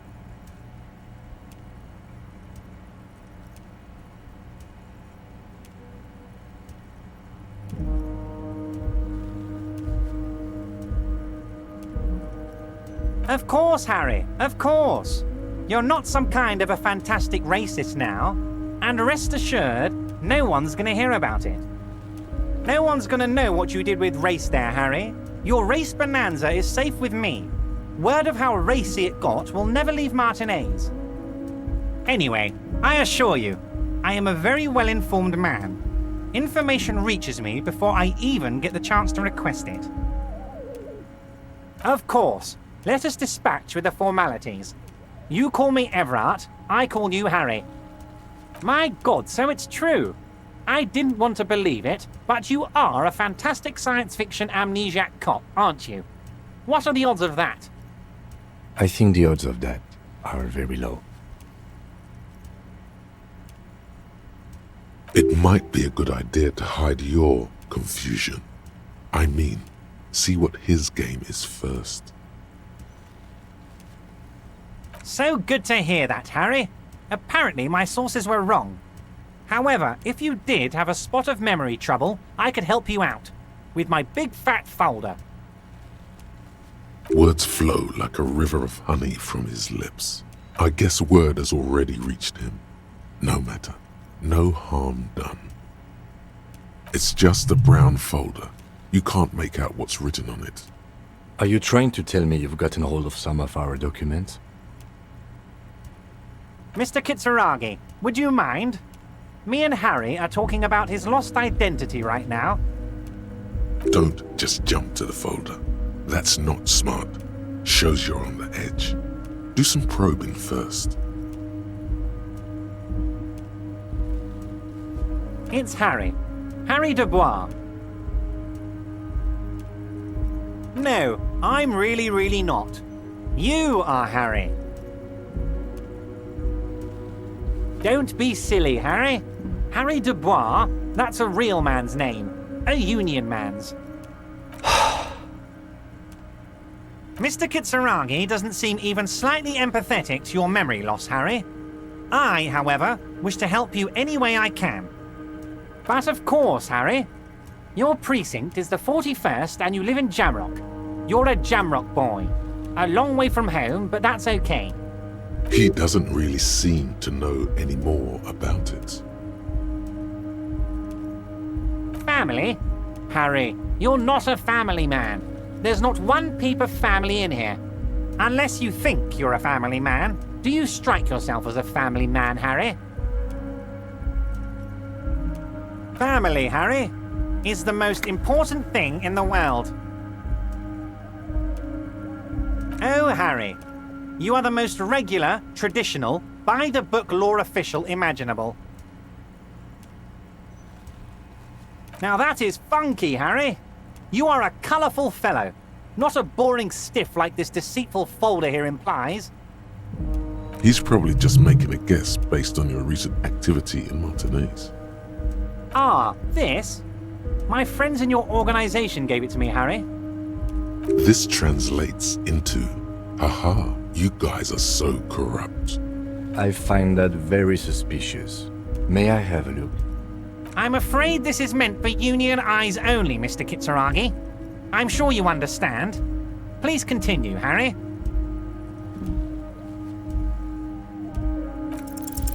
As you look at the folder, Everard covers it with his hand and pets it. He's hiding it from you because it's not a real RCM folder. It's just another one of those brown folders you saw in the file cabinet. Okay, Harry, you got me. This is from the Census Bureau, not the RCM. Those Census Bureau people are absolutely corrupt. You should do something about them. He got the name from the Census Bureau, and everything else from your actions here in Martinez. Yes, Mr. Kitsuragi from the Census Bureau. Like I said, now I'm actually a very busy man, so is there anything else I can do for you, Harry?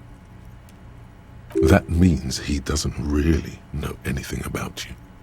A pity. The mystery of you will have to remain a mystery for the time being. Yes, that's what I said. Try to keep up, okay? Let's move on. Yes, your lost gun. My best men are on it. They're turning every stone, searching every playground, asking kids, grandmas, everyone. Your gun will be found, Harry. Let me assure you of that. It's just a matter of time and effort. The only way to find it seems to be working with him. He might even be holding your gun hostage.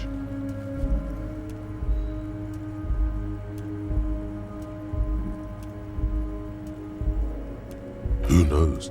Only one thing is certain. If you work with him, you're going to get it back. And working with him might be the only way to do it.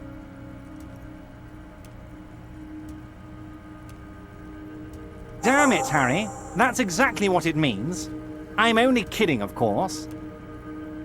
Of course. I understand. We help you, you help us. Oh, of course. That's your main thing here. That's why you're in Martinez.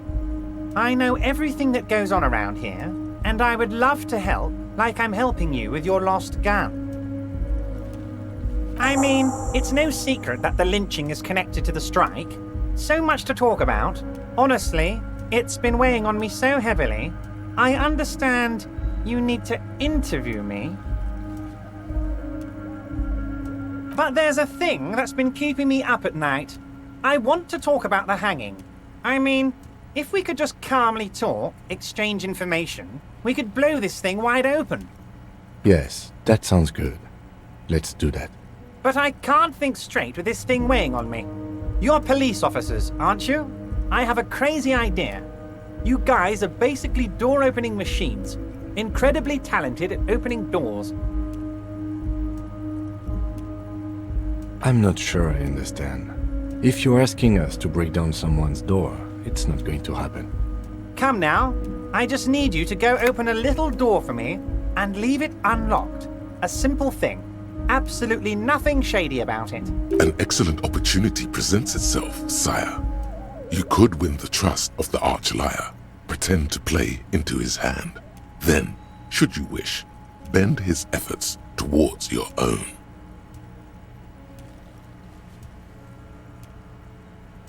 Harry, I'm a very busy man, and more importantly, I don't have that extraordinary physique you do. You look like you could run around all day. You want to send someone a message that the police are working for you. I repeat, I'm a very, very busy man, Mr. Kitsuragi, and therefore I must occasionally enlist outside help. So what will it be, Harry? Oh, no one's. It's just a weasel. A weasel lives there. Nothing for you to worry about. A loud blabbering weasel. When weasels feel no one is watching, they start acting foolishly. Just go there, unlock the door, and leave it open. It's been such a burden on me, Harry. I just want this to be over so I can discuss business with you. Harry, my dear friend, I am what people call a local bigwig. I know everything that goes on in Martinez. Fantastic, my friend. Just let me know when it's done and we can take our friendship to the next level. You can get the key from Manana. He's down by the gates. Manana's like a free agent in the Union. Special operations. Hardened socialist. A real free thinker too. He'll tell you precisely where the door is. One last thing, Harry. Just open the door. You don't need to go in or anything. I just want that weasel to come home and see the unlocked door.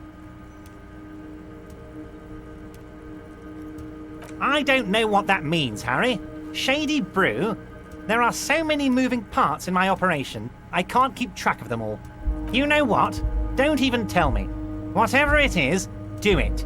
Surprise me. Just one thing. If you can, make it even shadier.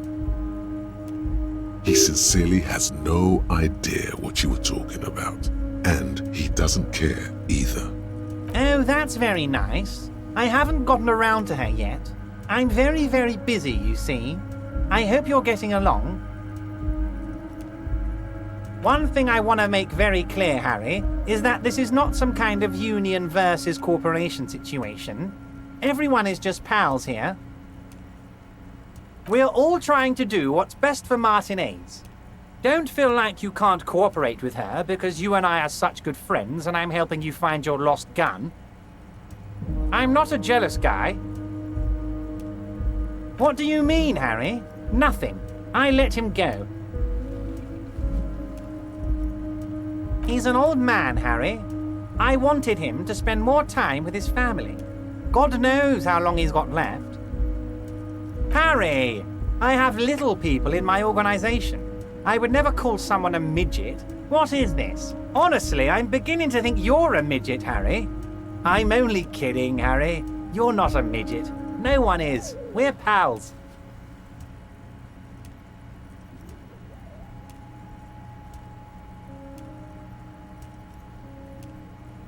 Vanished?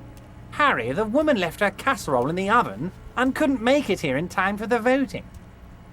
Oh, did I leave my casserole on? Better go home and check. The election can wait. When she got back, the whole thing was over. Wait, there was no mention of a casserole from Joyce. Harry, Harry, Harry. Do not fixate on this little matter. Maybe it was a rabbit stew, or a hairdryer, or an iron. The point is, her heart wasn't in it. Mine was. This particular brand of humor he has, it makes for a fine distraction. Yes, yes. Low balling, of course. This isn't a casino, Harry. Real people, real livelihoods are at stake here. But everything's a casino for those rich types. His expression makes it clear. This is childish and irresponsible behavior. If she actually wants to see me, she will find a way. Any good negotiator would. And I just don't have anything to discuss with a bad negotiator. Of course, Harry. Let me just assure you one more time. It's perfectly okay to share anything we discuss here with this Joyce. This is a completely transparent organization. I have no interest in what she is doing. but I myself have nothing to hide. Your business is your business, and I respect your privacy. Just remember, none of this is secret. Tell her about all of it. My brother's picture, my singing swordfish clock. Tell her how overweight I am and how I'm helping you find your lost gun. Tell her about everything. Everard doesn't mind. It is rather interesting to tell people things about each other, isn't it? It was nice telling him about her right now. My dear Harry, there are literally millions of containers in this harbor. I couldn't possibly remember what's in all of them. Harry, you smooth-talking son of a bitch. Time is a precious resource, and I don't have enough of it to count containers with you. Smooth talking. Maybe that's the way to go about opening the container. You should at least try convincing it. Wait. You need this to get in and out through the gate. Here, you're one of us now. A real red and white Union man. Take care, Harry. Magnesium-based life form. We tell them, hell no. You're about to become a magnesium-based life form. The age of the primitive carbon man is done. No longer must mankind rely on slow-working background radiation to take us further into our genetic destiny. This is the era of guided evolution, and magnesium is the key. You are the first of your species, the next step in human evolution. An advanced magnesium proto-man who mags it up, drinks it down, and sniffs it sideways.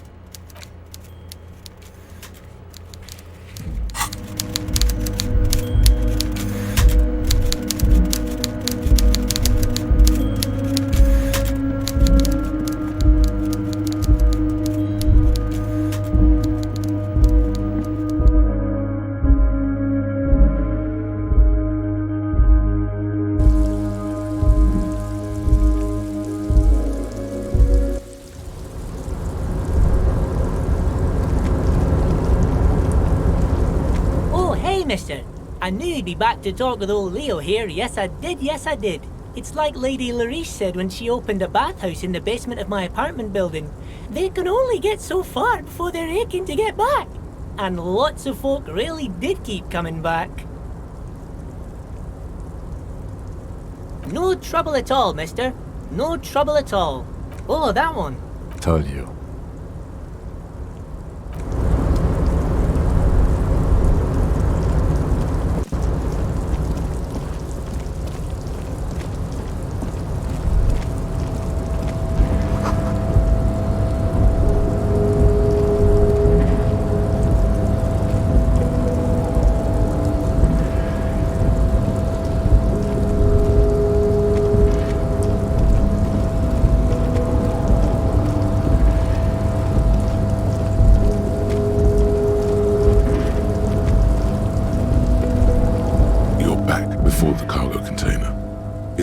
Has not lessened since you were last here. If anything, it seems to have grown slightly. You attempt to your left. The lieutenant considers your act.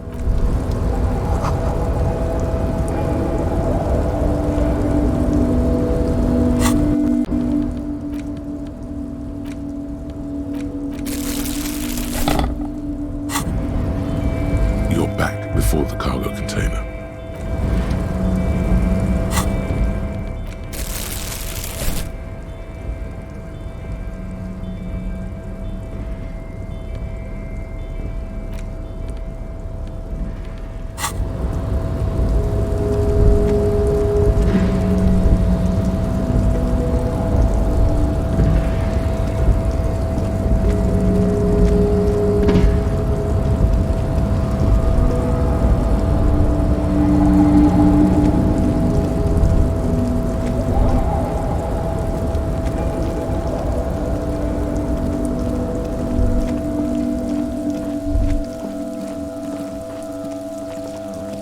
This is the night watchman's.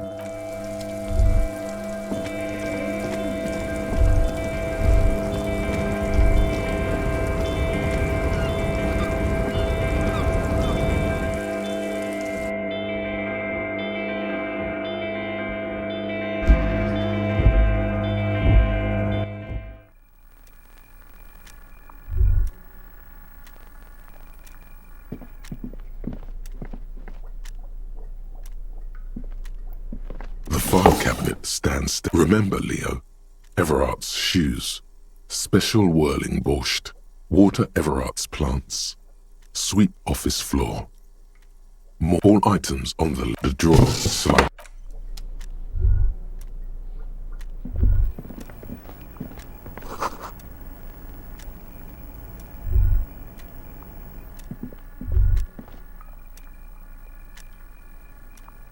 The payphone hang.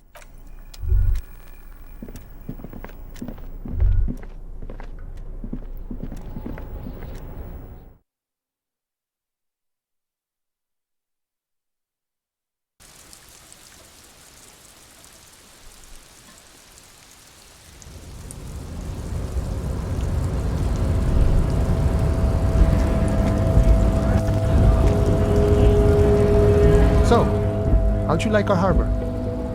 You've been in there, he means. Talked to the boss man too, probably. It's but a rest area on the path leading across open plains. Right, you talk to the boss eye to eye, like men of the plain. If you have any more questions, I'm set to talk. A key, huh? What door is this key supposed to open? Of course, I got you. You don't know anything. I got that key right here. And let me tell you, it's mighty good of you to help us out during the strike. Working class solidarity, as they say.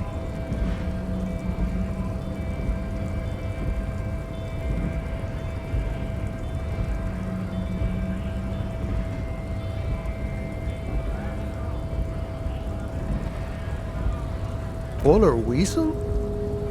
Oh, I know what you mean. I'm pretty sure he's actually Occidental, though. So you're gonna be committing fratricide, my racist friend. What you're looking for is a basement door behind the greenhouse. That's behind the whirling in rags. That's all I know. Our organization is what you call compartmentalized. Means we keep out of each other's business. Okay, but where did you get the key from? The janitor gave it to me. Nice fella. We talked about life and things that really, truly matter. None of this mess we're in, this jiving and juggling. What's it for? To feed our children, I guess. I'm more of a philosophical dock worker. I like to talk about the big picture stuff. Who I am, who you are, what we are fighting for. He means he's not going to tell you, cause he doesn't know. But he will shoot his mouth off with you now that you're working for Everart. Los Ardis? They're an independent militant group. A bit too high-strung, but it comes with the responsibility. They're sort of like you. Preserve the rule of law and all that. Except it's Everart's law. But really, they're just like you. We're negotiating our share. Aye.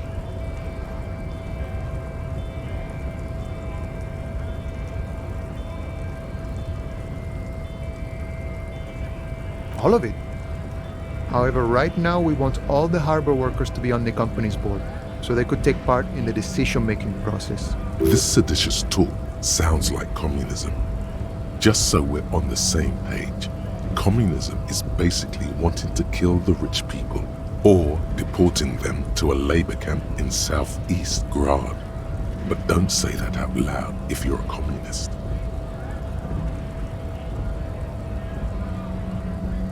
I think it's best you make up your own mind now that you've met him. In my eyes, he is a capable organizer and a decent businessman. I guess you kind of get to be the village chief.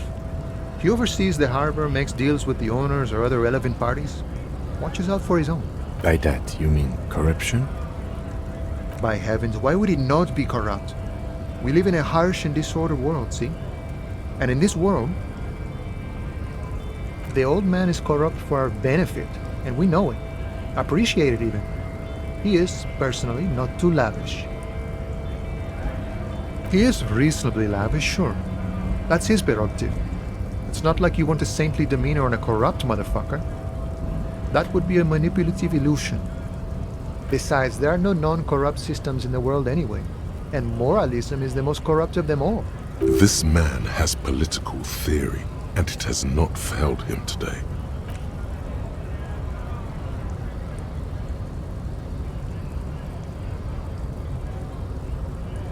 Even a weak child can think it. The only things holding someone back are I can't and I shouldn't.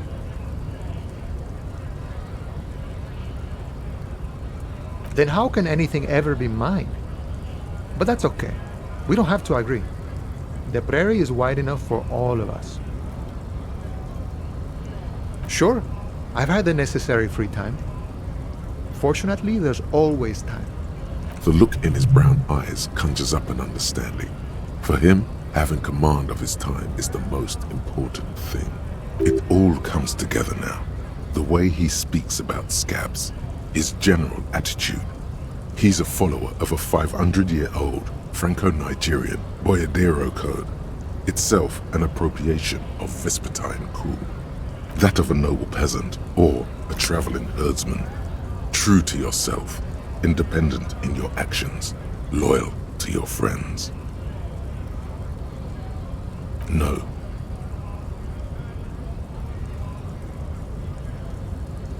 No. The man sits on the railing, his hands reaching far and wide, yet it feels as if he could, effortlessly, go even wider, if need be, an endless torrent of time. The mercenary, eh?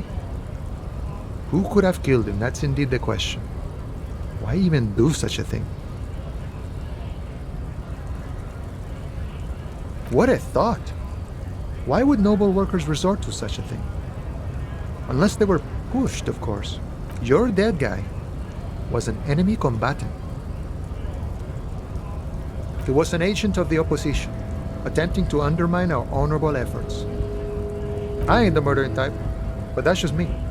Large organizations like our union have all sorts of men, with all sorts of skills. He's not lying about not doing it himself. Understood.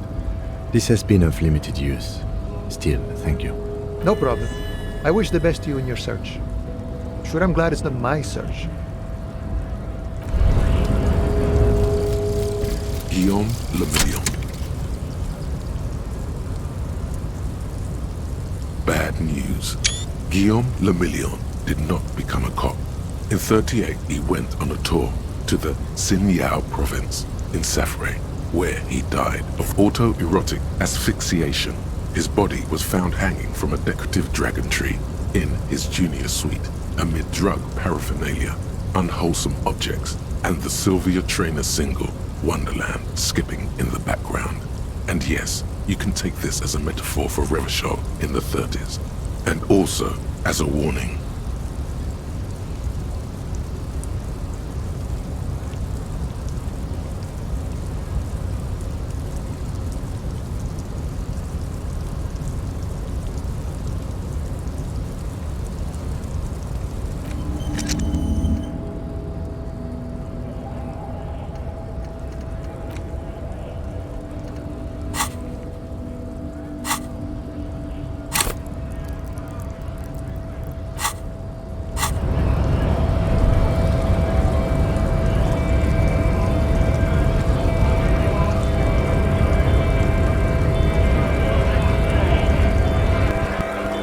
Right to work!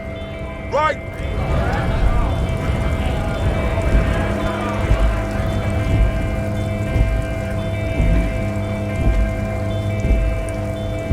Looking for something, Hunt? It's about not the most popular topic nowadays, with a coalition in charge and all.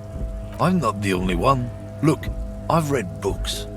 The science of racial theory has all been proved, even if some people don't want to accept it.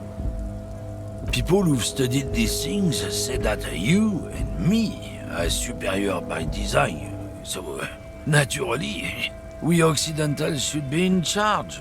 Obviously, you can... So, lately we Occidentals have experienced an unfortunate... This concerns you, policeman. Cultural victory? What is this then?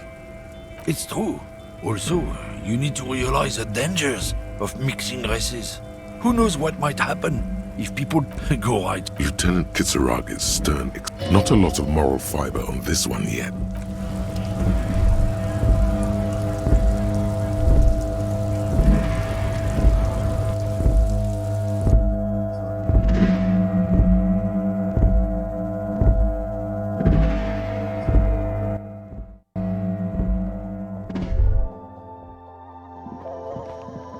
The tear machine your bottles clunk.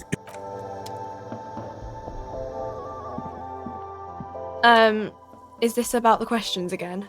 Because I don't really know any.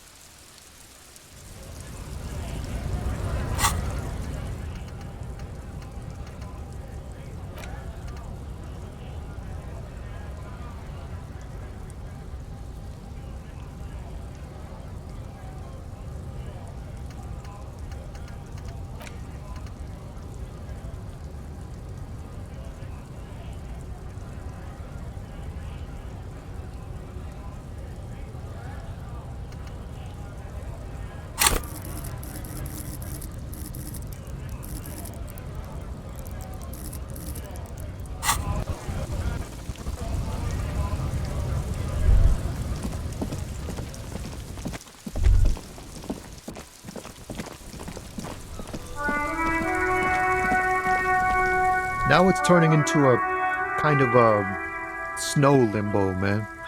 What's on your mind?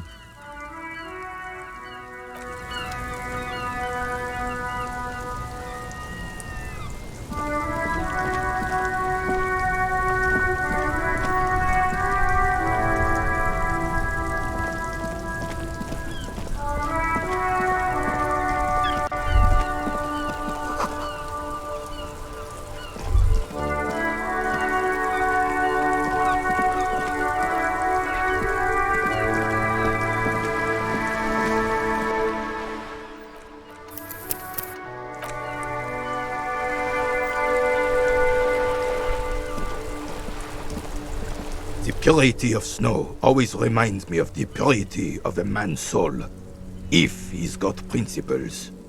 Yes, the Debardeurs Union pays me to stand vigil during the nights. Not out of any political allegiance, mind you. I'm an old man. Don't sleep more than a few hours every night anyway, and money is tight.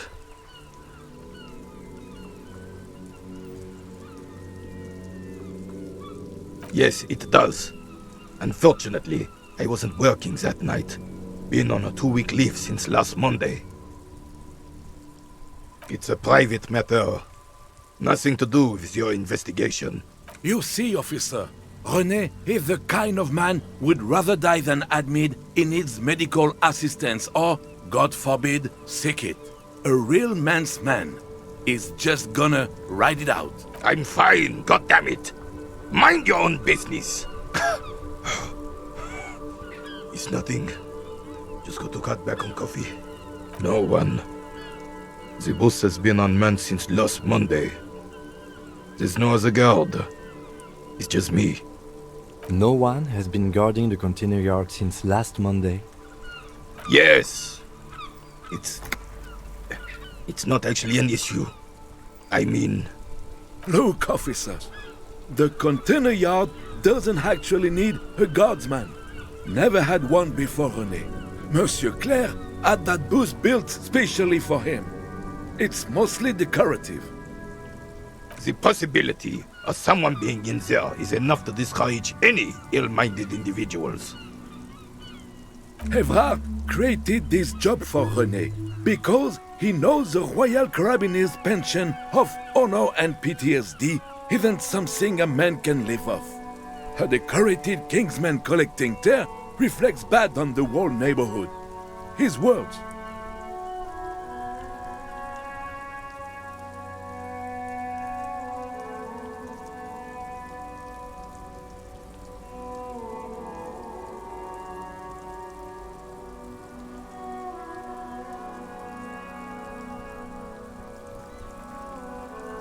Oh, I didn't mean to imply there's something wrong with that.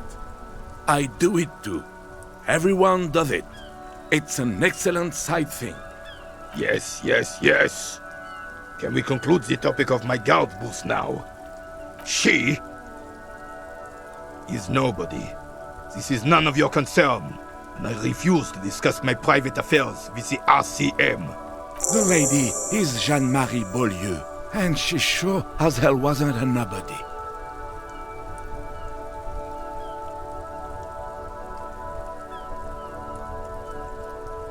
Yes, yes. Like I said, it would be up anyway, so might as well keep an eye out. It keeps my senses sharp.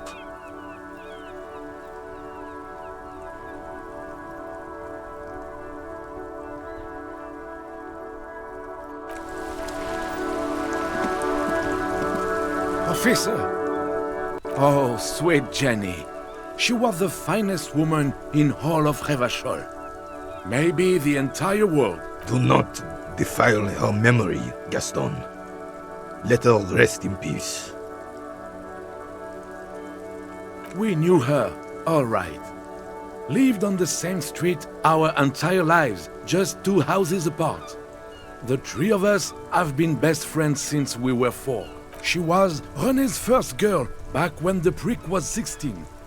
They were courting till he decided he'd rather die for some great ideal than just be happy. And then you stole her from me.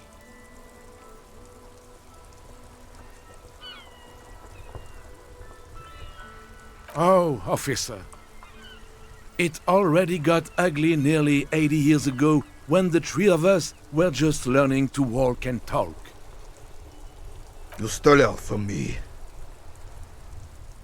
Well, technically, you stole her from me, because we'd been pretty close ever since you two had that falling out over the ink you spilled over her pretty yellow dress.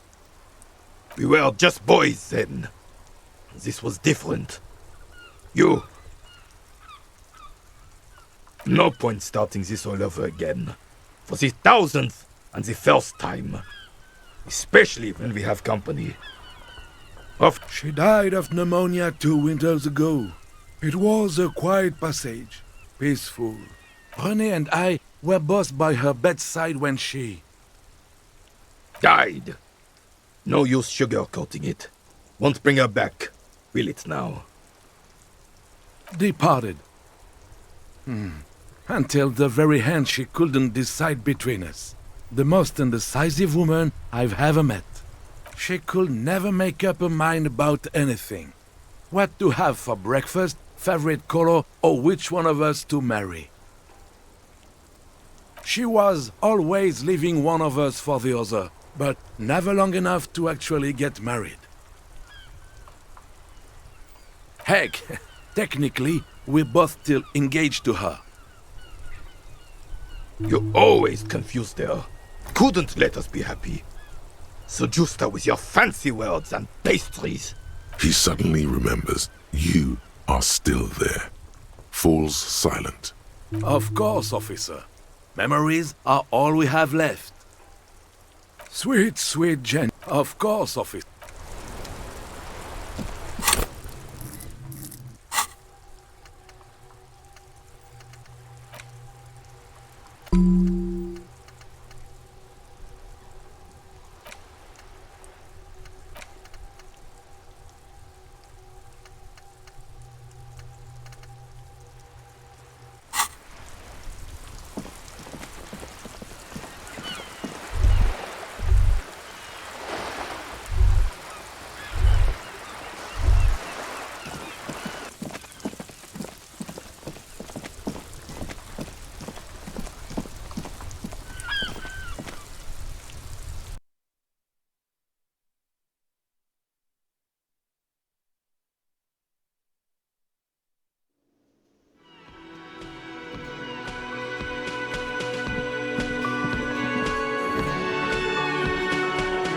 I've got nothing to say to you. I suggest not wasting time on trivial pleasantries and focusing on why you are actually here. Even though she has excellent control over herself, something moved behind her eyes, in the way she stands, in her face.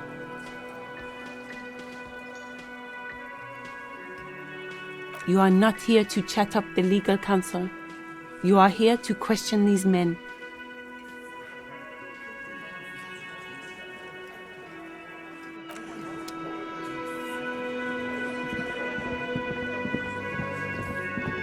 The man ponders his cooking utensils and gives you a little nod, acknowledging your presence. He looks up at you, then looks away. Shrugging is an international sign for, no, I don't know what's behind that door. The mention of mañana gets his attention. He smiles and delivers a whole slew of unfamiliar words and lively gestures. The man says a couple of sentences in that strange language of his, and I'm pretty sure he asked you a question. He doesn't know your language. You can just say something cool in return.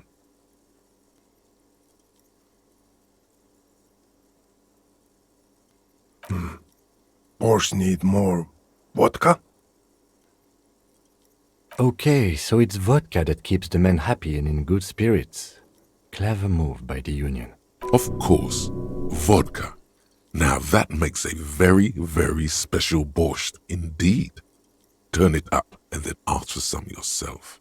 Turning it up seems like a dangerous idea, honestly. The place is a powder keg.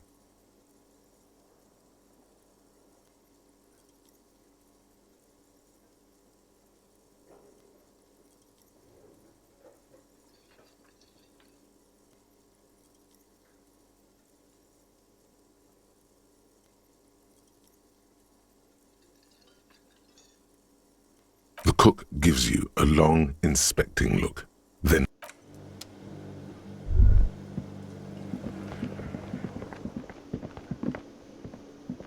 Can I help you?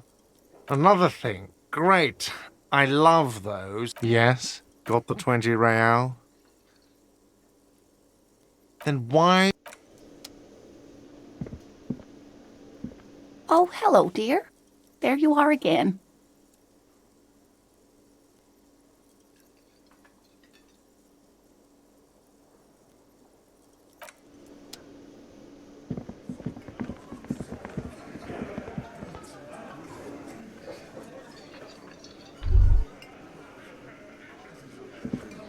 Looks like the circus left town, but the clowns are still here.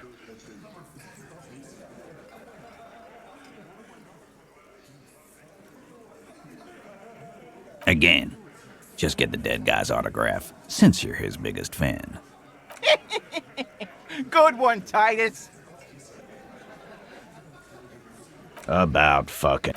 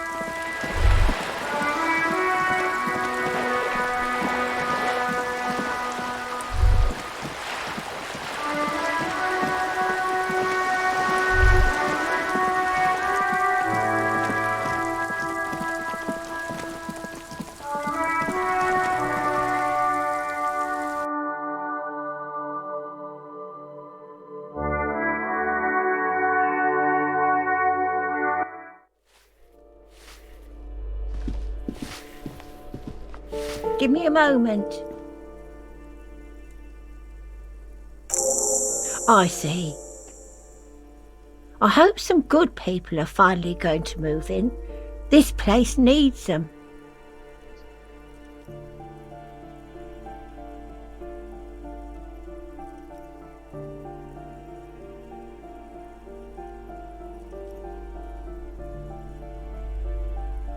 Yes, Well,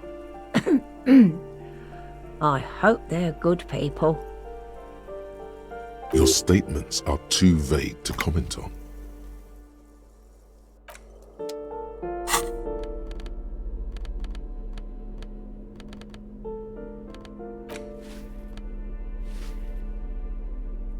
The front of this quarterly journal features a large satirical portrait of the late King Friesel. From the sides of his head, a pair of white antlers spread to the corners of the cover. Because Friesel was incompetent, foolish, and cruel. In short, the embodiment of everything the communards wished to overthrow. It's satire, you see. To your disappointment, there aren't any full-color pictures to direct your attention. Just column after column of closely set text, interrupted occasionally by little doodles in black and white. After rifling the pages with your thumb several times, you return to the table of contents. The magazine is divided into several sections: international developments, Kunst und Kultur, and local concerns. Just inside the cover, there's also an editor's note. Comrade, as you know, this journal takes its name from Mazov's immortal expression, Du cristal à la fumée. This was his way of describing the way the rigid, crystalline structures of capitalist ideology turn to smoke under communism. But, like the structures of capitalist ideology, we too are at risk of going à la fumée, unlike many publications which are content to spoon-feed their readers reassuring drivel. La Fumée is committed to telling the radical truth, even when that truth may drive away potential subscribers. Only 4 issues in, and it sounds like they've already alienated their readership. So please, if you value our radical Mazovian perspective on contemporary politics, culture, and international affairs, please consider subscribing today. Yours in struggle, the editors. What do you expect? It was laying around the office of the Debarders Union. They're probably bankrolling the thing. You flip back to the front of the magazine. The table of contents unfolds before you. This section includes a long, tedious critique of the latest round of free trade negotiations between the EPIS nations and the Free State of Semenine. You also skip over an article about heavy fuel oil smuggling along the Messina border, something about bear wrestling in Samara, book riots in Yugograd. Whoa, whoa, whoa. Bear wrestling. Flip back to that. Now you're talking. It seems to be part of a new public fitness initiative in the People's Republic of Samara, SRV, devised and promoted by none other than President Kanajinsky himself. According to this extremely credulous account, Uncle Sport, as he's affectionately known to his people, has recently decreed bear wrestling the national sport of the SRV. Based on the description in this article, he appears to be an extremely competent and democratically elected president. Sapormat Sport Kanajinsky is well into his 3rd decade as president of the SRV. Outside Samara, he's known for 3 things: brutal repression of internal dissent, monumental corruption, and a near pathological obsession with physical fitness. It's quite straightforward. A standard match features 1 man, or in some cases woman, against 1 bear. 2 competitors, 1 ring, 5 rounds, or until incapacitation. According to the SRV's Ministry of Information, the program has been a tremendous success. Public support stands at 87%, and youth obesity and alcoholism rates are down 12% and 7% respectively. This is the SRV we're talking about. If you think those are the real numbers, there's probably a guy who wants to sell you a bridge in La Cherte.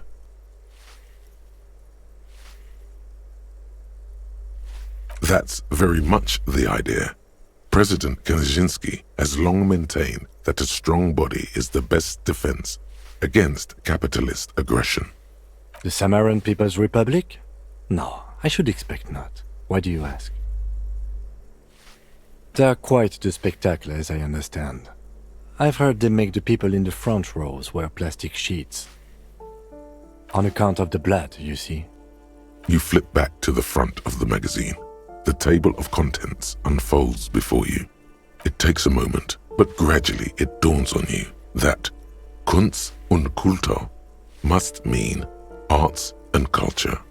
Why they decided to title this one section in Volda is beyond you. As you leaf through this section, you come across several reviews of recent radio plays, as well as a brief artist spotlight featuring a local artist identified only as CS. The main feature, though, is a long essay titled Tip Top Tournée, a critical Mazovian perspective. The Tip Top Tournée is an inter-Isolari racing series, mostly known for its high speeds, ludicrous sponsorship deals, and high death toll. In Revachol, it's held quadrennially on the prestigious Zero Carousel racing circuit. This so-called artist spotlight is really just a brief Q&A, made all the briefer by the subject's evident hostility to her interviewer. You think you're settling in for a relaxing recap of the most recent season, maybe sprinkled with some nice anecdotes about a few of the more colorful drivers. Instead, you find yourself skimming a 10,000-word feature about all the politically problematic aspects of Tip Top Tournée. Where to even start? For one, there's the crass commercialism of its sponsorships, and then there's the practically criminal emphasis on deadly motor crashes. So, all of it, basically. Oddly enough, this article has 2 bylines, Nasteb Encolada Bernal and Exilus Buka. There's no way those are real names. Have you ever met anyone named Exilus? Come on, they're plainly pseudonyms. Under capitalism, the article says, every pursuit has its price. Every pleasure, even one as elemental as the joy of racing others around a track, is reduced to an advertising opportunity. Thus, the so-called tournée becomes a competition between increasingly meaningless brand signifiers. Your discount laundry detergent racing against a pack of Astra cigarettes, or even a Fritta. And that precisely is what's problematic about it. Were it not for the promise of random, spectacular violence, audiences would quickly lose interest. At the end of the day, it's the destruction of these 750,000 real races that you're really watching for. Sure, you think that, but subconsciously, it's the visions of brand names being engulfed in flames that you crave. That's because you haven't been reading critically. But don't worry. The whole point of these sorts of articles is to let someone else read critically for you. Ah, come on. Can this article read your mind? A certain kind of young man reads 1 or 2 books and suddenly thinks he understands the secret structures of reality. If I had to wager, I'd say they've never even seen the inside of a motor, much less a motor race. I take whatever they write with a large grain of salt. You flip back to the front of the magazine. The table of Unsurprisingly, much of this section is taken up with articles declaring unqualified support for the dockworkers' strike. You skim the headlines. Paint the harbor red and white. Martinez tames the wild pines. A city in revolt. First we take Martinez, then we take La Delta.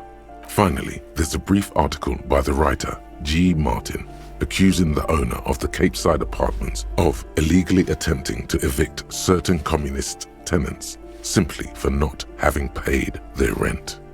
Ah, this must be Gaston's handiwork.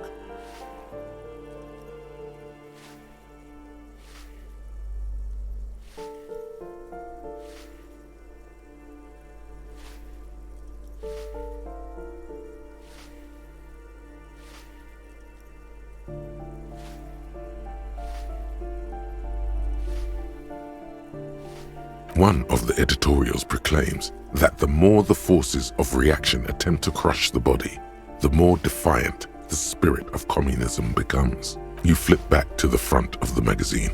The table of contents unfolds before you.